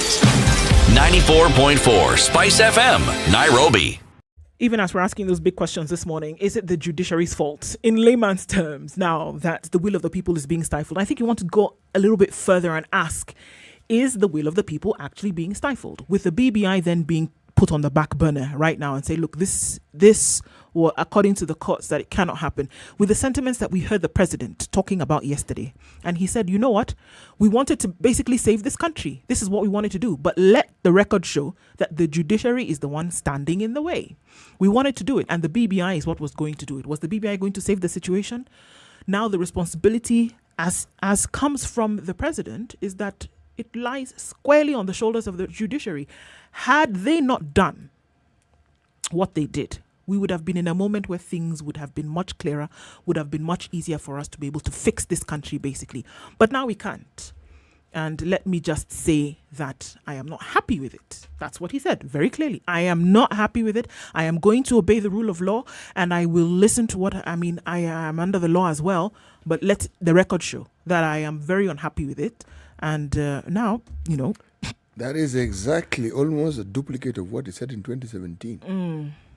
And he made reference to the same. Even when he was speaking yesterday, he did say that over time, so we're not just talking about one event when he spoke yesterday, over time, the judiciary, regardless of who sat at the helm, over time, the judiciary has constantly shown us that they are standing in the way of development in this country. Of development.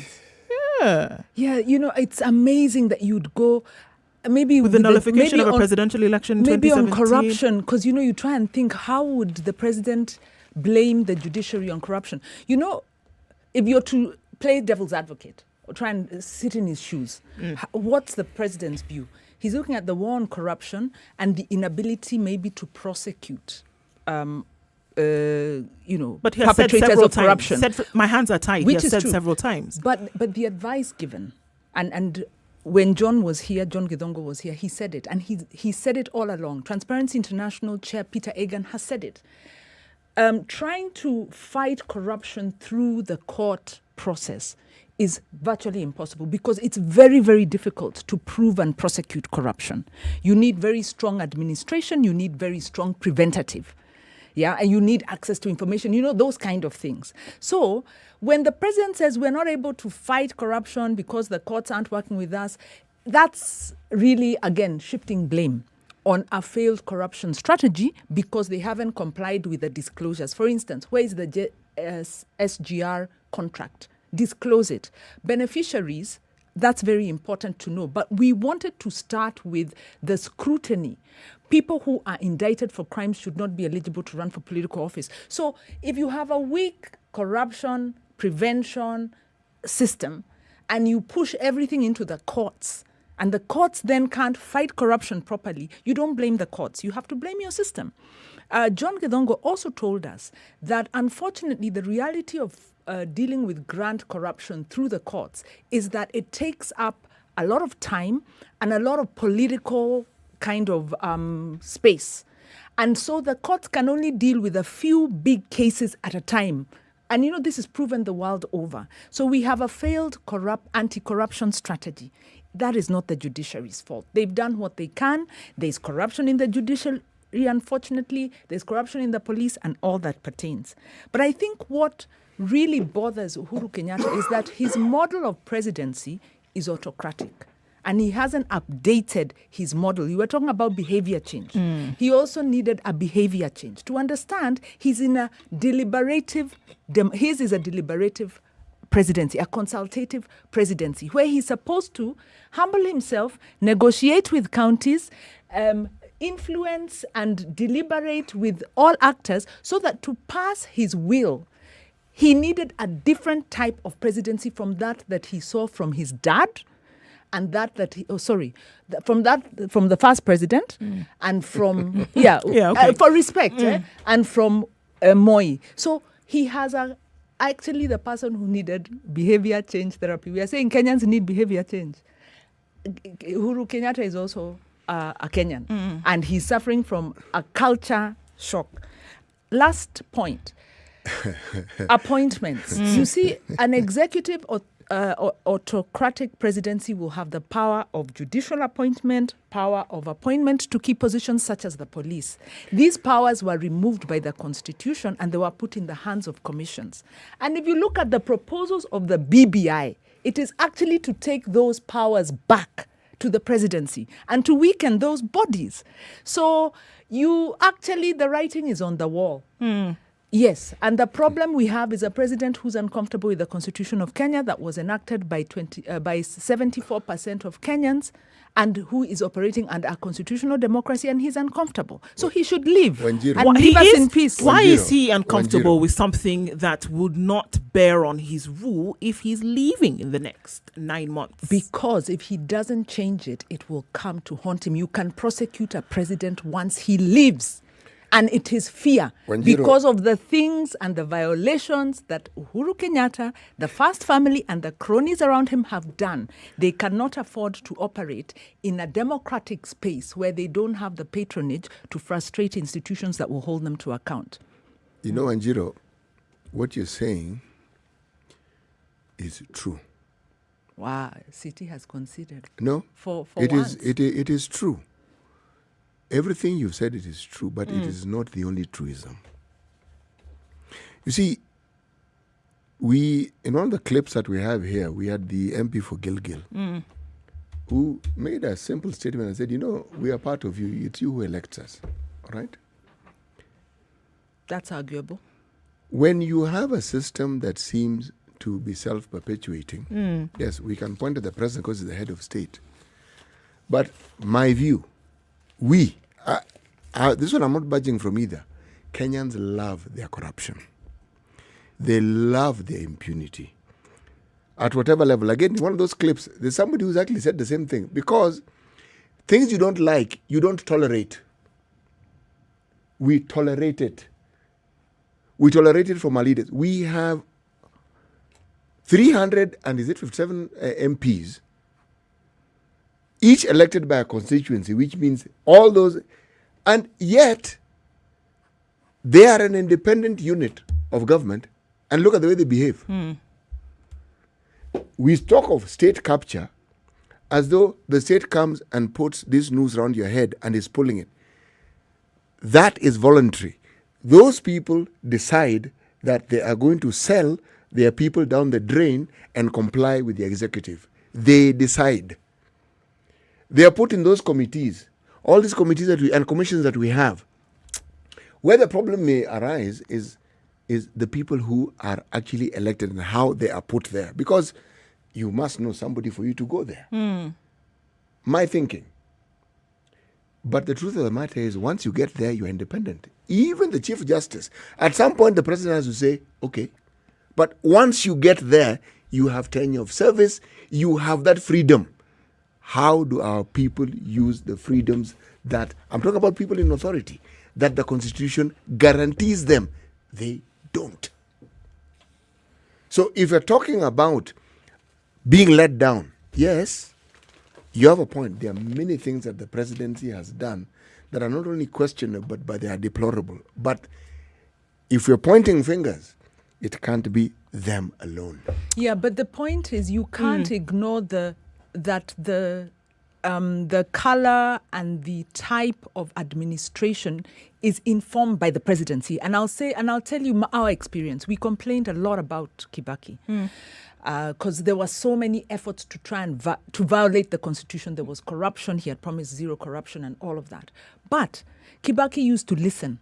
If you did a petition, and we did petitions, by the way, we would get called to meetings. Like, what is it you're saying? And we would see things happening. So we had a government that was making mistakes. It still had the same corruption, tenderpreneurs trying to do whatever they are doing. But we also had an administration that was listening. That was trying to abide to the law. Remember, appointment of the first Chief Justice. There were demonstrations in the street, not even big demonstrations, small demonstrations. They recalled it and they did another due process. So the big difference, and this is where I don't agree. I do agree there is a whole private, professional cadre and political cadre who don't speak when they should, and others who are totally co-opted. But the type of governance of an administration is informed by its supreme leadership. And in this case, we're talking about this Uhuru Ruto, because it's not just Uhuru. Remember, until 2017, it was Uhuru Ruto. It's only now that they've divided. It still is Uhuru Ruto. It is failed leadership that has co-opted and compromised institutions. And then, unfortunately, like you're saying, a lot of public servants who don't stand up. Some of them do stand up, and the penalties of standing up are high. Think about Jacinta Mwatela. Think about, people who did stand up. But it's always high. This is the whole point. Agreed. We want to take some calls from guys, but we're going to look at traffic really quickly and then come back and continue with calls and continue with this conversation. The only way to start your day. Spice up your life.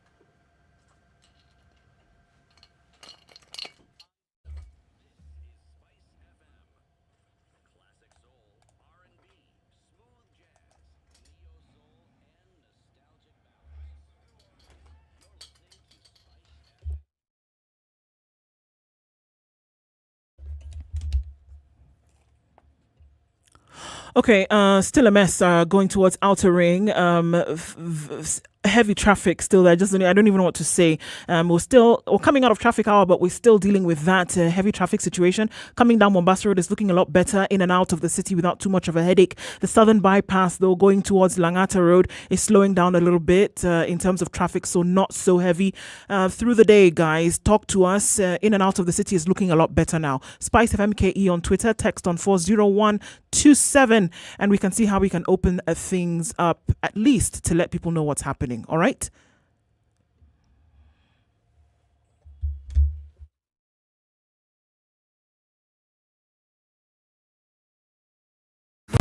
Miaka 20 safari ilianza ya kutuunganisha kama Wakenya. Twende tukiuke, let's go beyond, let's go beyond,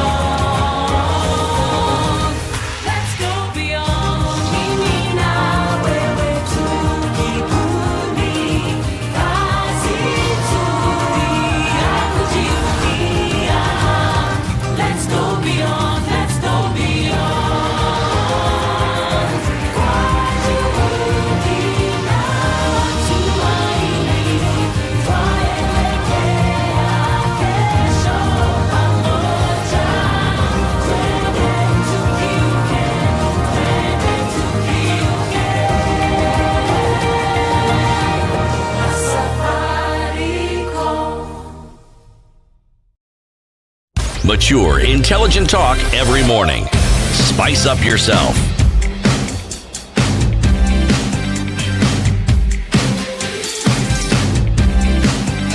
Mornings done right.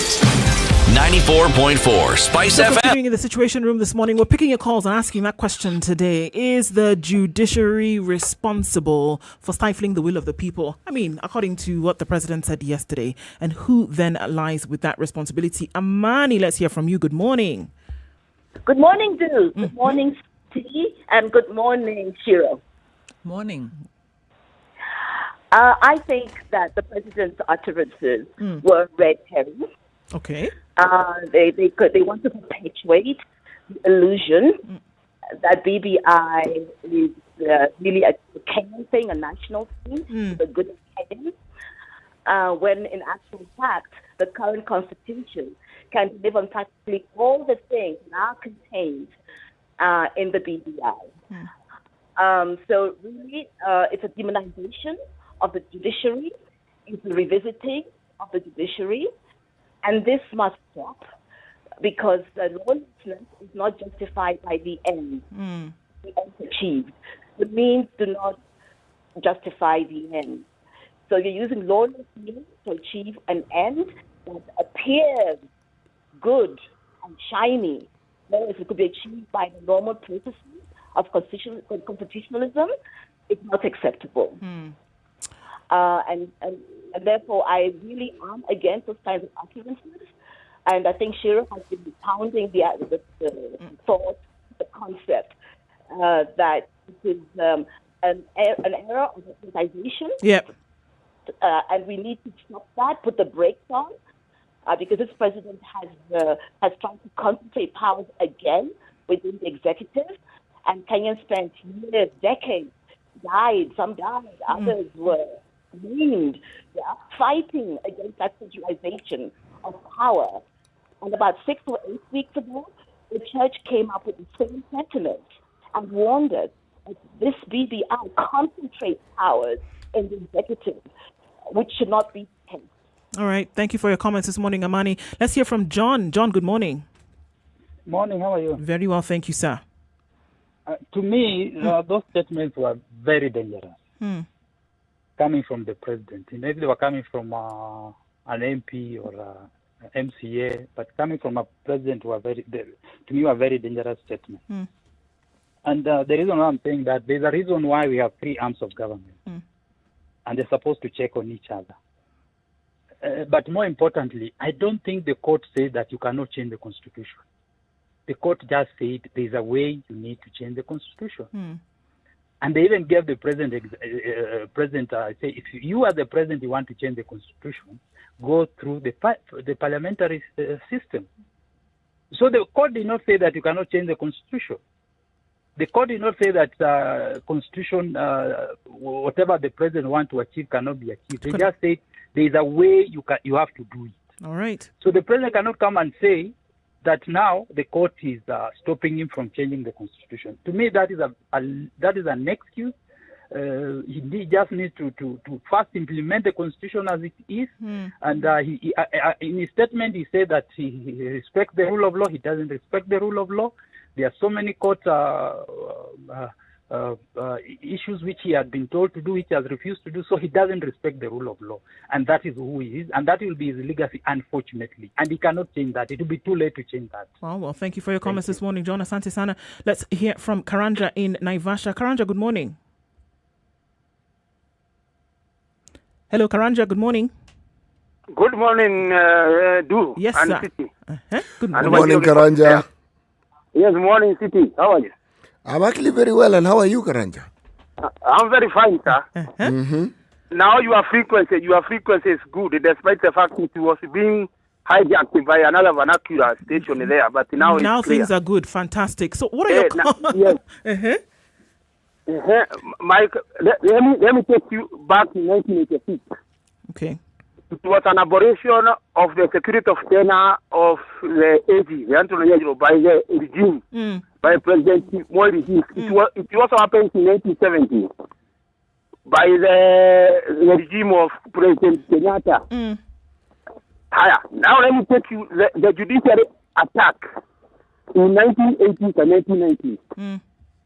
You remember there was a case by the Nairobi Romandre the case was heard by Justice Shields in 1990.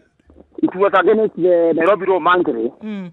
But when the judge did well before the client, the Kitobi Manyara, the current regime was not happy. So they refused to renew the contract of tenure of that judge. Yes. There was a judge by Justin Chaffield. That was in 1990 also. There was a case. There was a case that happened between Stephen Baraka Karaja, who was buried in somewhere in Eldoret there. And the judge go against the client, go with the client, and the current regime was not happy. So they decided they are not going to renew the contract for that judge. Yes, I think the attack of the bar, the attack of the judiciary. The president does not feel that he is ceremony right now. He cannot do anything, and the temperature is very strong. Now I think we are playing with the fire. Thank you very much. Thank you very much, Karanja. Thank you. Okay, let's hear from Zachary. Zachary, good morning. Oh, good morning, guys. Yes, sir. Morning, Zachary. I hope, morning, Andrew. I hope everyone is okay. Doing all right, man. Oh, that's good. That's good. And Eric is coming, yeah? No, Eric is still looking for his Huduma number. When he finds it, he'll tell us. He'll tell us, and then he'll be on his way back. Okay, we will welcome him. Now, very you need to say hello to our guest host, Wanjiro Gikonyo, Zachary, surely. Wanjiro Gikonyo. How is you? I'm very well, thank you. Oh, welcome. Now, very quickly, I want to remind you about something that happened in Zimbabwe not long ago. Following his removal from power, when Mugabe was celebrating his next birthday, that is after he was not now the president, yeah? Yes. A certain cartoonist depicted him asking, okay, there was a cake, a very humble cake, and the cartoonist added a caption asking, where are the people? Where is power? Do you get me?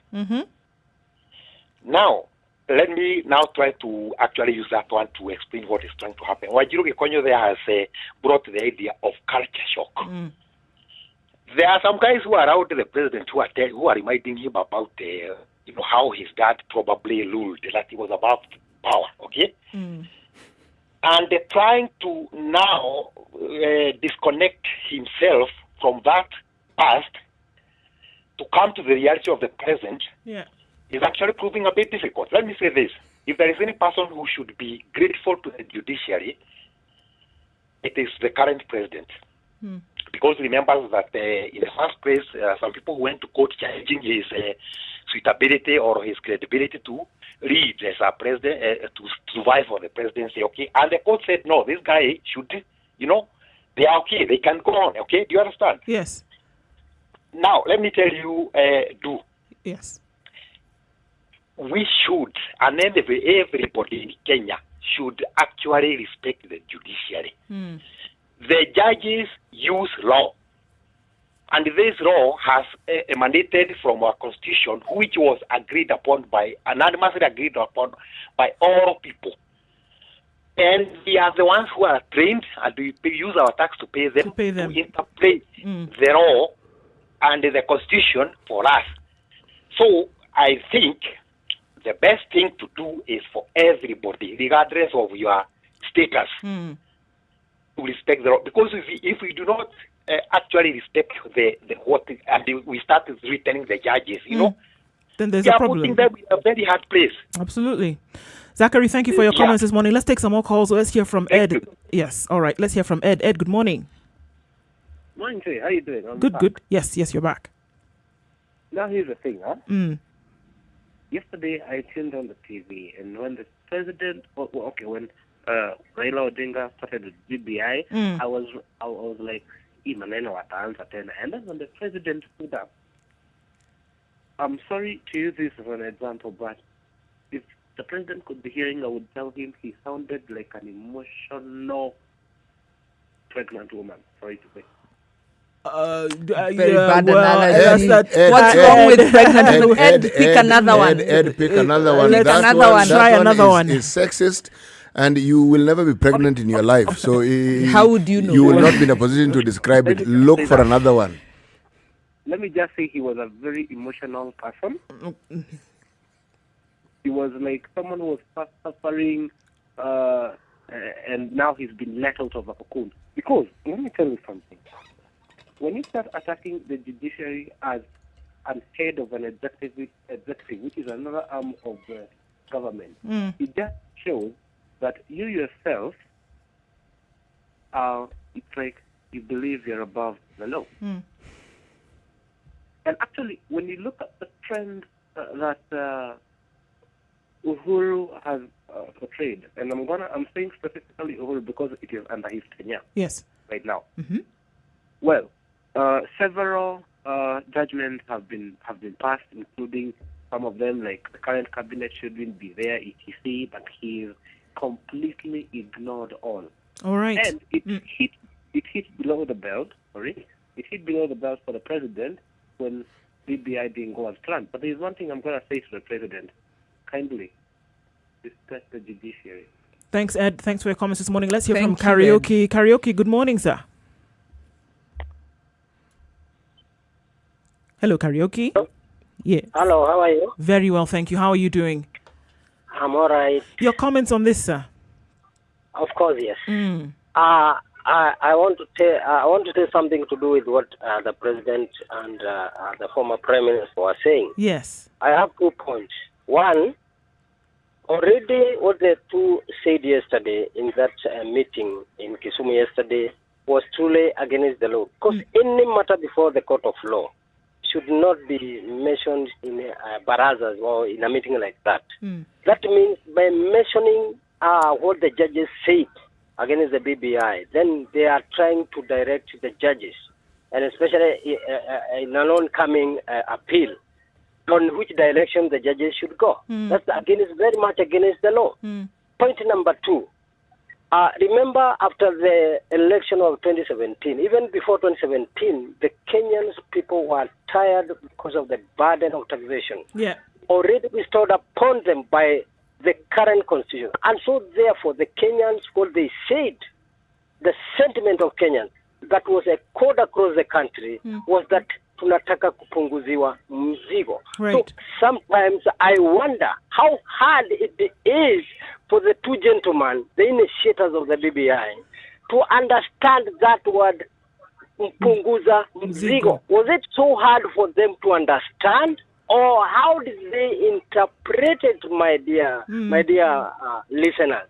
Truly, Wanjiro, I truly support what you are saying, because I truly know anybody who is advocating for the BBI is advocating with an intention of bringing in the dynasty that we are today fighting on. Thank you. Thank you, Karaoke. All right. Thank you.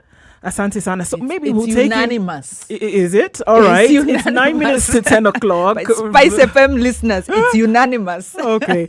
It's 9 minutes to 10 o'clock, and I think that is an awesome statement that you've made. And really quickly segueing in and looking at Samsung and how they continue to remind us that you're awesome and I am awesome in the new handsets that they've brought in, Galaxy A52, Galaxy A72, Galaxy A32, with features that will allow you live high-end on a good budget, looking at a battery life that lasts 2 days on a single charge, allowing you to have conversations with your world, capturing moments in terms of pictures with a really great camera, and allowing you to be awesome even in your communication. That's the Samsung new A series, bringing technology to meet your awesomeness. I think it's absolutely great. It's 8 minutes to 10 o'clock. We come back and continue with this conversation. Keep it here in the Situation Room, Kenya's biggest conversation. This is the Situation Room, the only way to start your day. Spice up your life. 24/7, around the world, non-stop. This is Spice FM.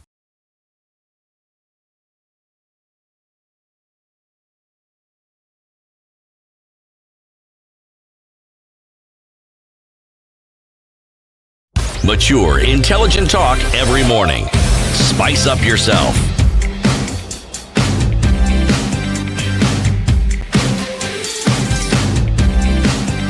Mornings done right. Andrea, I can see you doing a victory dance, victory lap. I'm so proud and impressed with Spice FM listeners, and I think we should have more sessions where we just open the lines because it's unanimous. First of all, as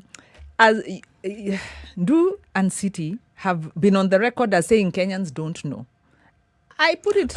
Don't know what? Don't know. Don't know what? So I don't think know what. I think we need to be very clear about what. What you mean is Kenyans, with the exception of Spice FM listeners, don't know. Okay, so let's just put a caveat on this now. I was very clear. And I said, when we're unpacking the IMF and talking about budgeted corruption, when we're talking about what it actually means when you take in an IMF program like that, I said Kenyans did not know the details. And I'm going to make that very clear. That's what I said. Yeah, of the now, IMF, the Kenyans of the details of the contract. That's what I said. But in principle, Kenyans know that they are being violated. They know that the president spoke out of turn. They know that the president should not attack the judiciary, but should be subject to the judiciary. And much as we have our education system fails us because it doesn't teach us our history properly. Does not properly document the impacts of an autocratic presidency, of a president who is able to subjugate the judiciary and how that undermines the independence and freedom of the people. As much as our education system does not teach us that, because we still have a colonialist's education. That is what our education system is. Despite that, Kenyans know that the president must be held to account, and that in this speech, the president is fighting checks and balances. So I'm very proud of Spice FM listeners. I fully associate that the president is playing with fire. As Kenyans, we are playing with fire if we allow the president to attack the judiciary. And it is scary that the president would make those statements during a public holiday. And we must be very scared, but not scared towards inertia. We must be scared and speak up and push back and tell the president, no, it is our constitution. If you don't like it, step aside. You know, it's interesting about perspectives and views. There is nothing the president has said which he didn't say in 2017. Not really. The import of it, his non-alignment with the verdict of the court. It's not new. What I seem to see is this. We can go around in circles and point fingers at Parliament, point fingers at the court, point fingers at the executive. But my pet peeve is simply this. Why do we keep pointing at the presidency, which is really high up there, when we have people whom we elect to hold the president accountable? We actually elect these people, and they have the power to do so.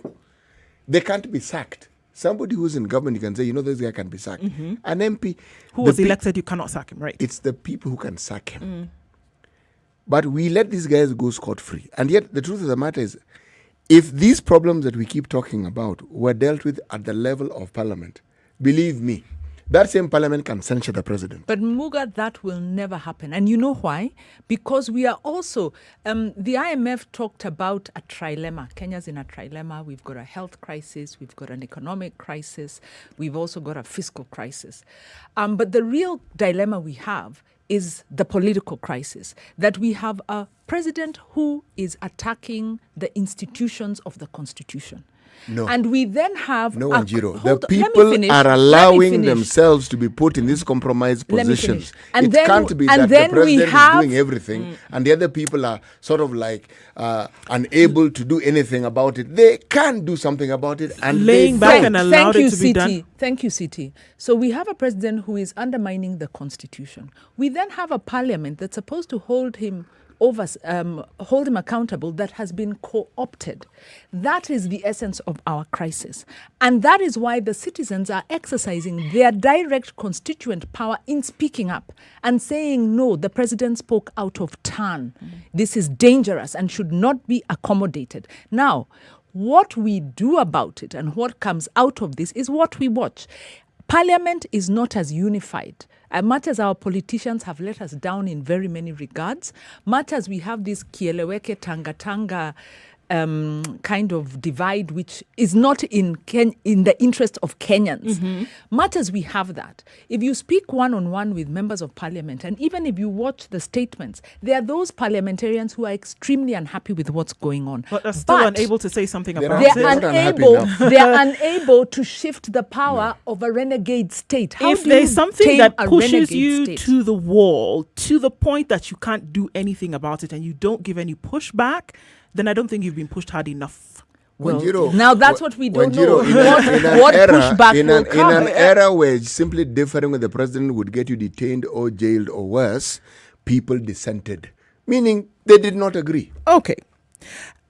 Now we don't have any of those issues, and you're telling me people are hard pressed to disagree. Tell us today about our proverb, CT, in terms of words and what that would be in like 3 seconds. A cutting word is worse than a bowstring. A cut may heal, but the cut of the tongue does not. The president's words will be remembered for some time, no?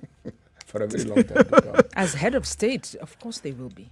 Thank you for keeping it the Situation Room today. These discussions get to the point where we continue to talk about them and have vital conversations about things that are happening in our world. It's been, thank you for, everybody who calls in, listens in, and is with us in these conversations. We cannot harp enough about how important they are to continue being had. Tomorrow morning, 6 o'clock, we'll be right here with you to continue these discussions. Enjoy Sugar and Spice throughout the day on SpiceFM. We'll talk again tomorrow. Keep safe. Now it is 10 o'clock.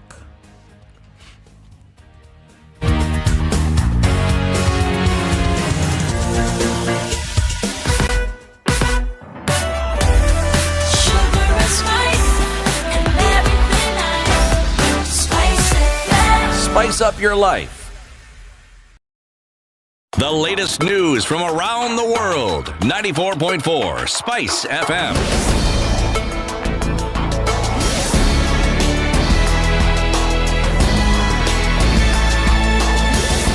Good morning. This is the Newswire. I'm Leah Ubaga. The case management conference is currently ongoing. Parties in the BBI judgment appeal have met at the Appellate Court to deliberate with 3 judges on how hearing will be conducted. President of the Court of Appeal, Daniel Musinga, says the conference shall provide an opportunity for the court to give directions on the viability of hearing the appeals. Musinga further called on parties who are not comfortable with the 2 appeal judges who've been appointed to hear the cases to state their objections. Most of them, however, stated that they were comfortable with working with them. We do not want a situation where after the bench that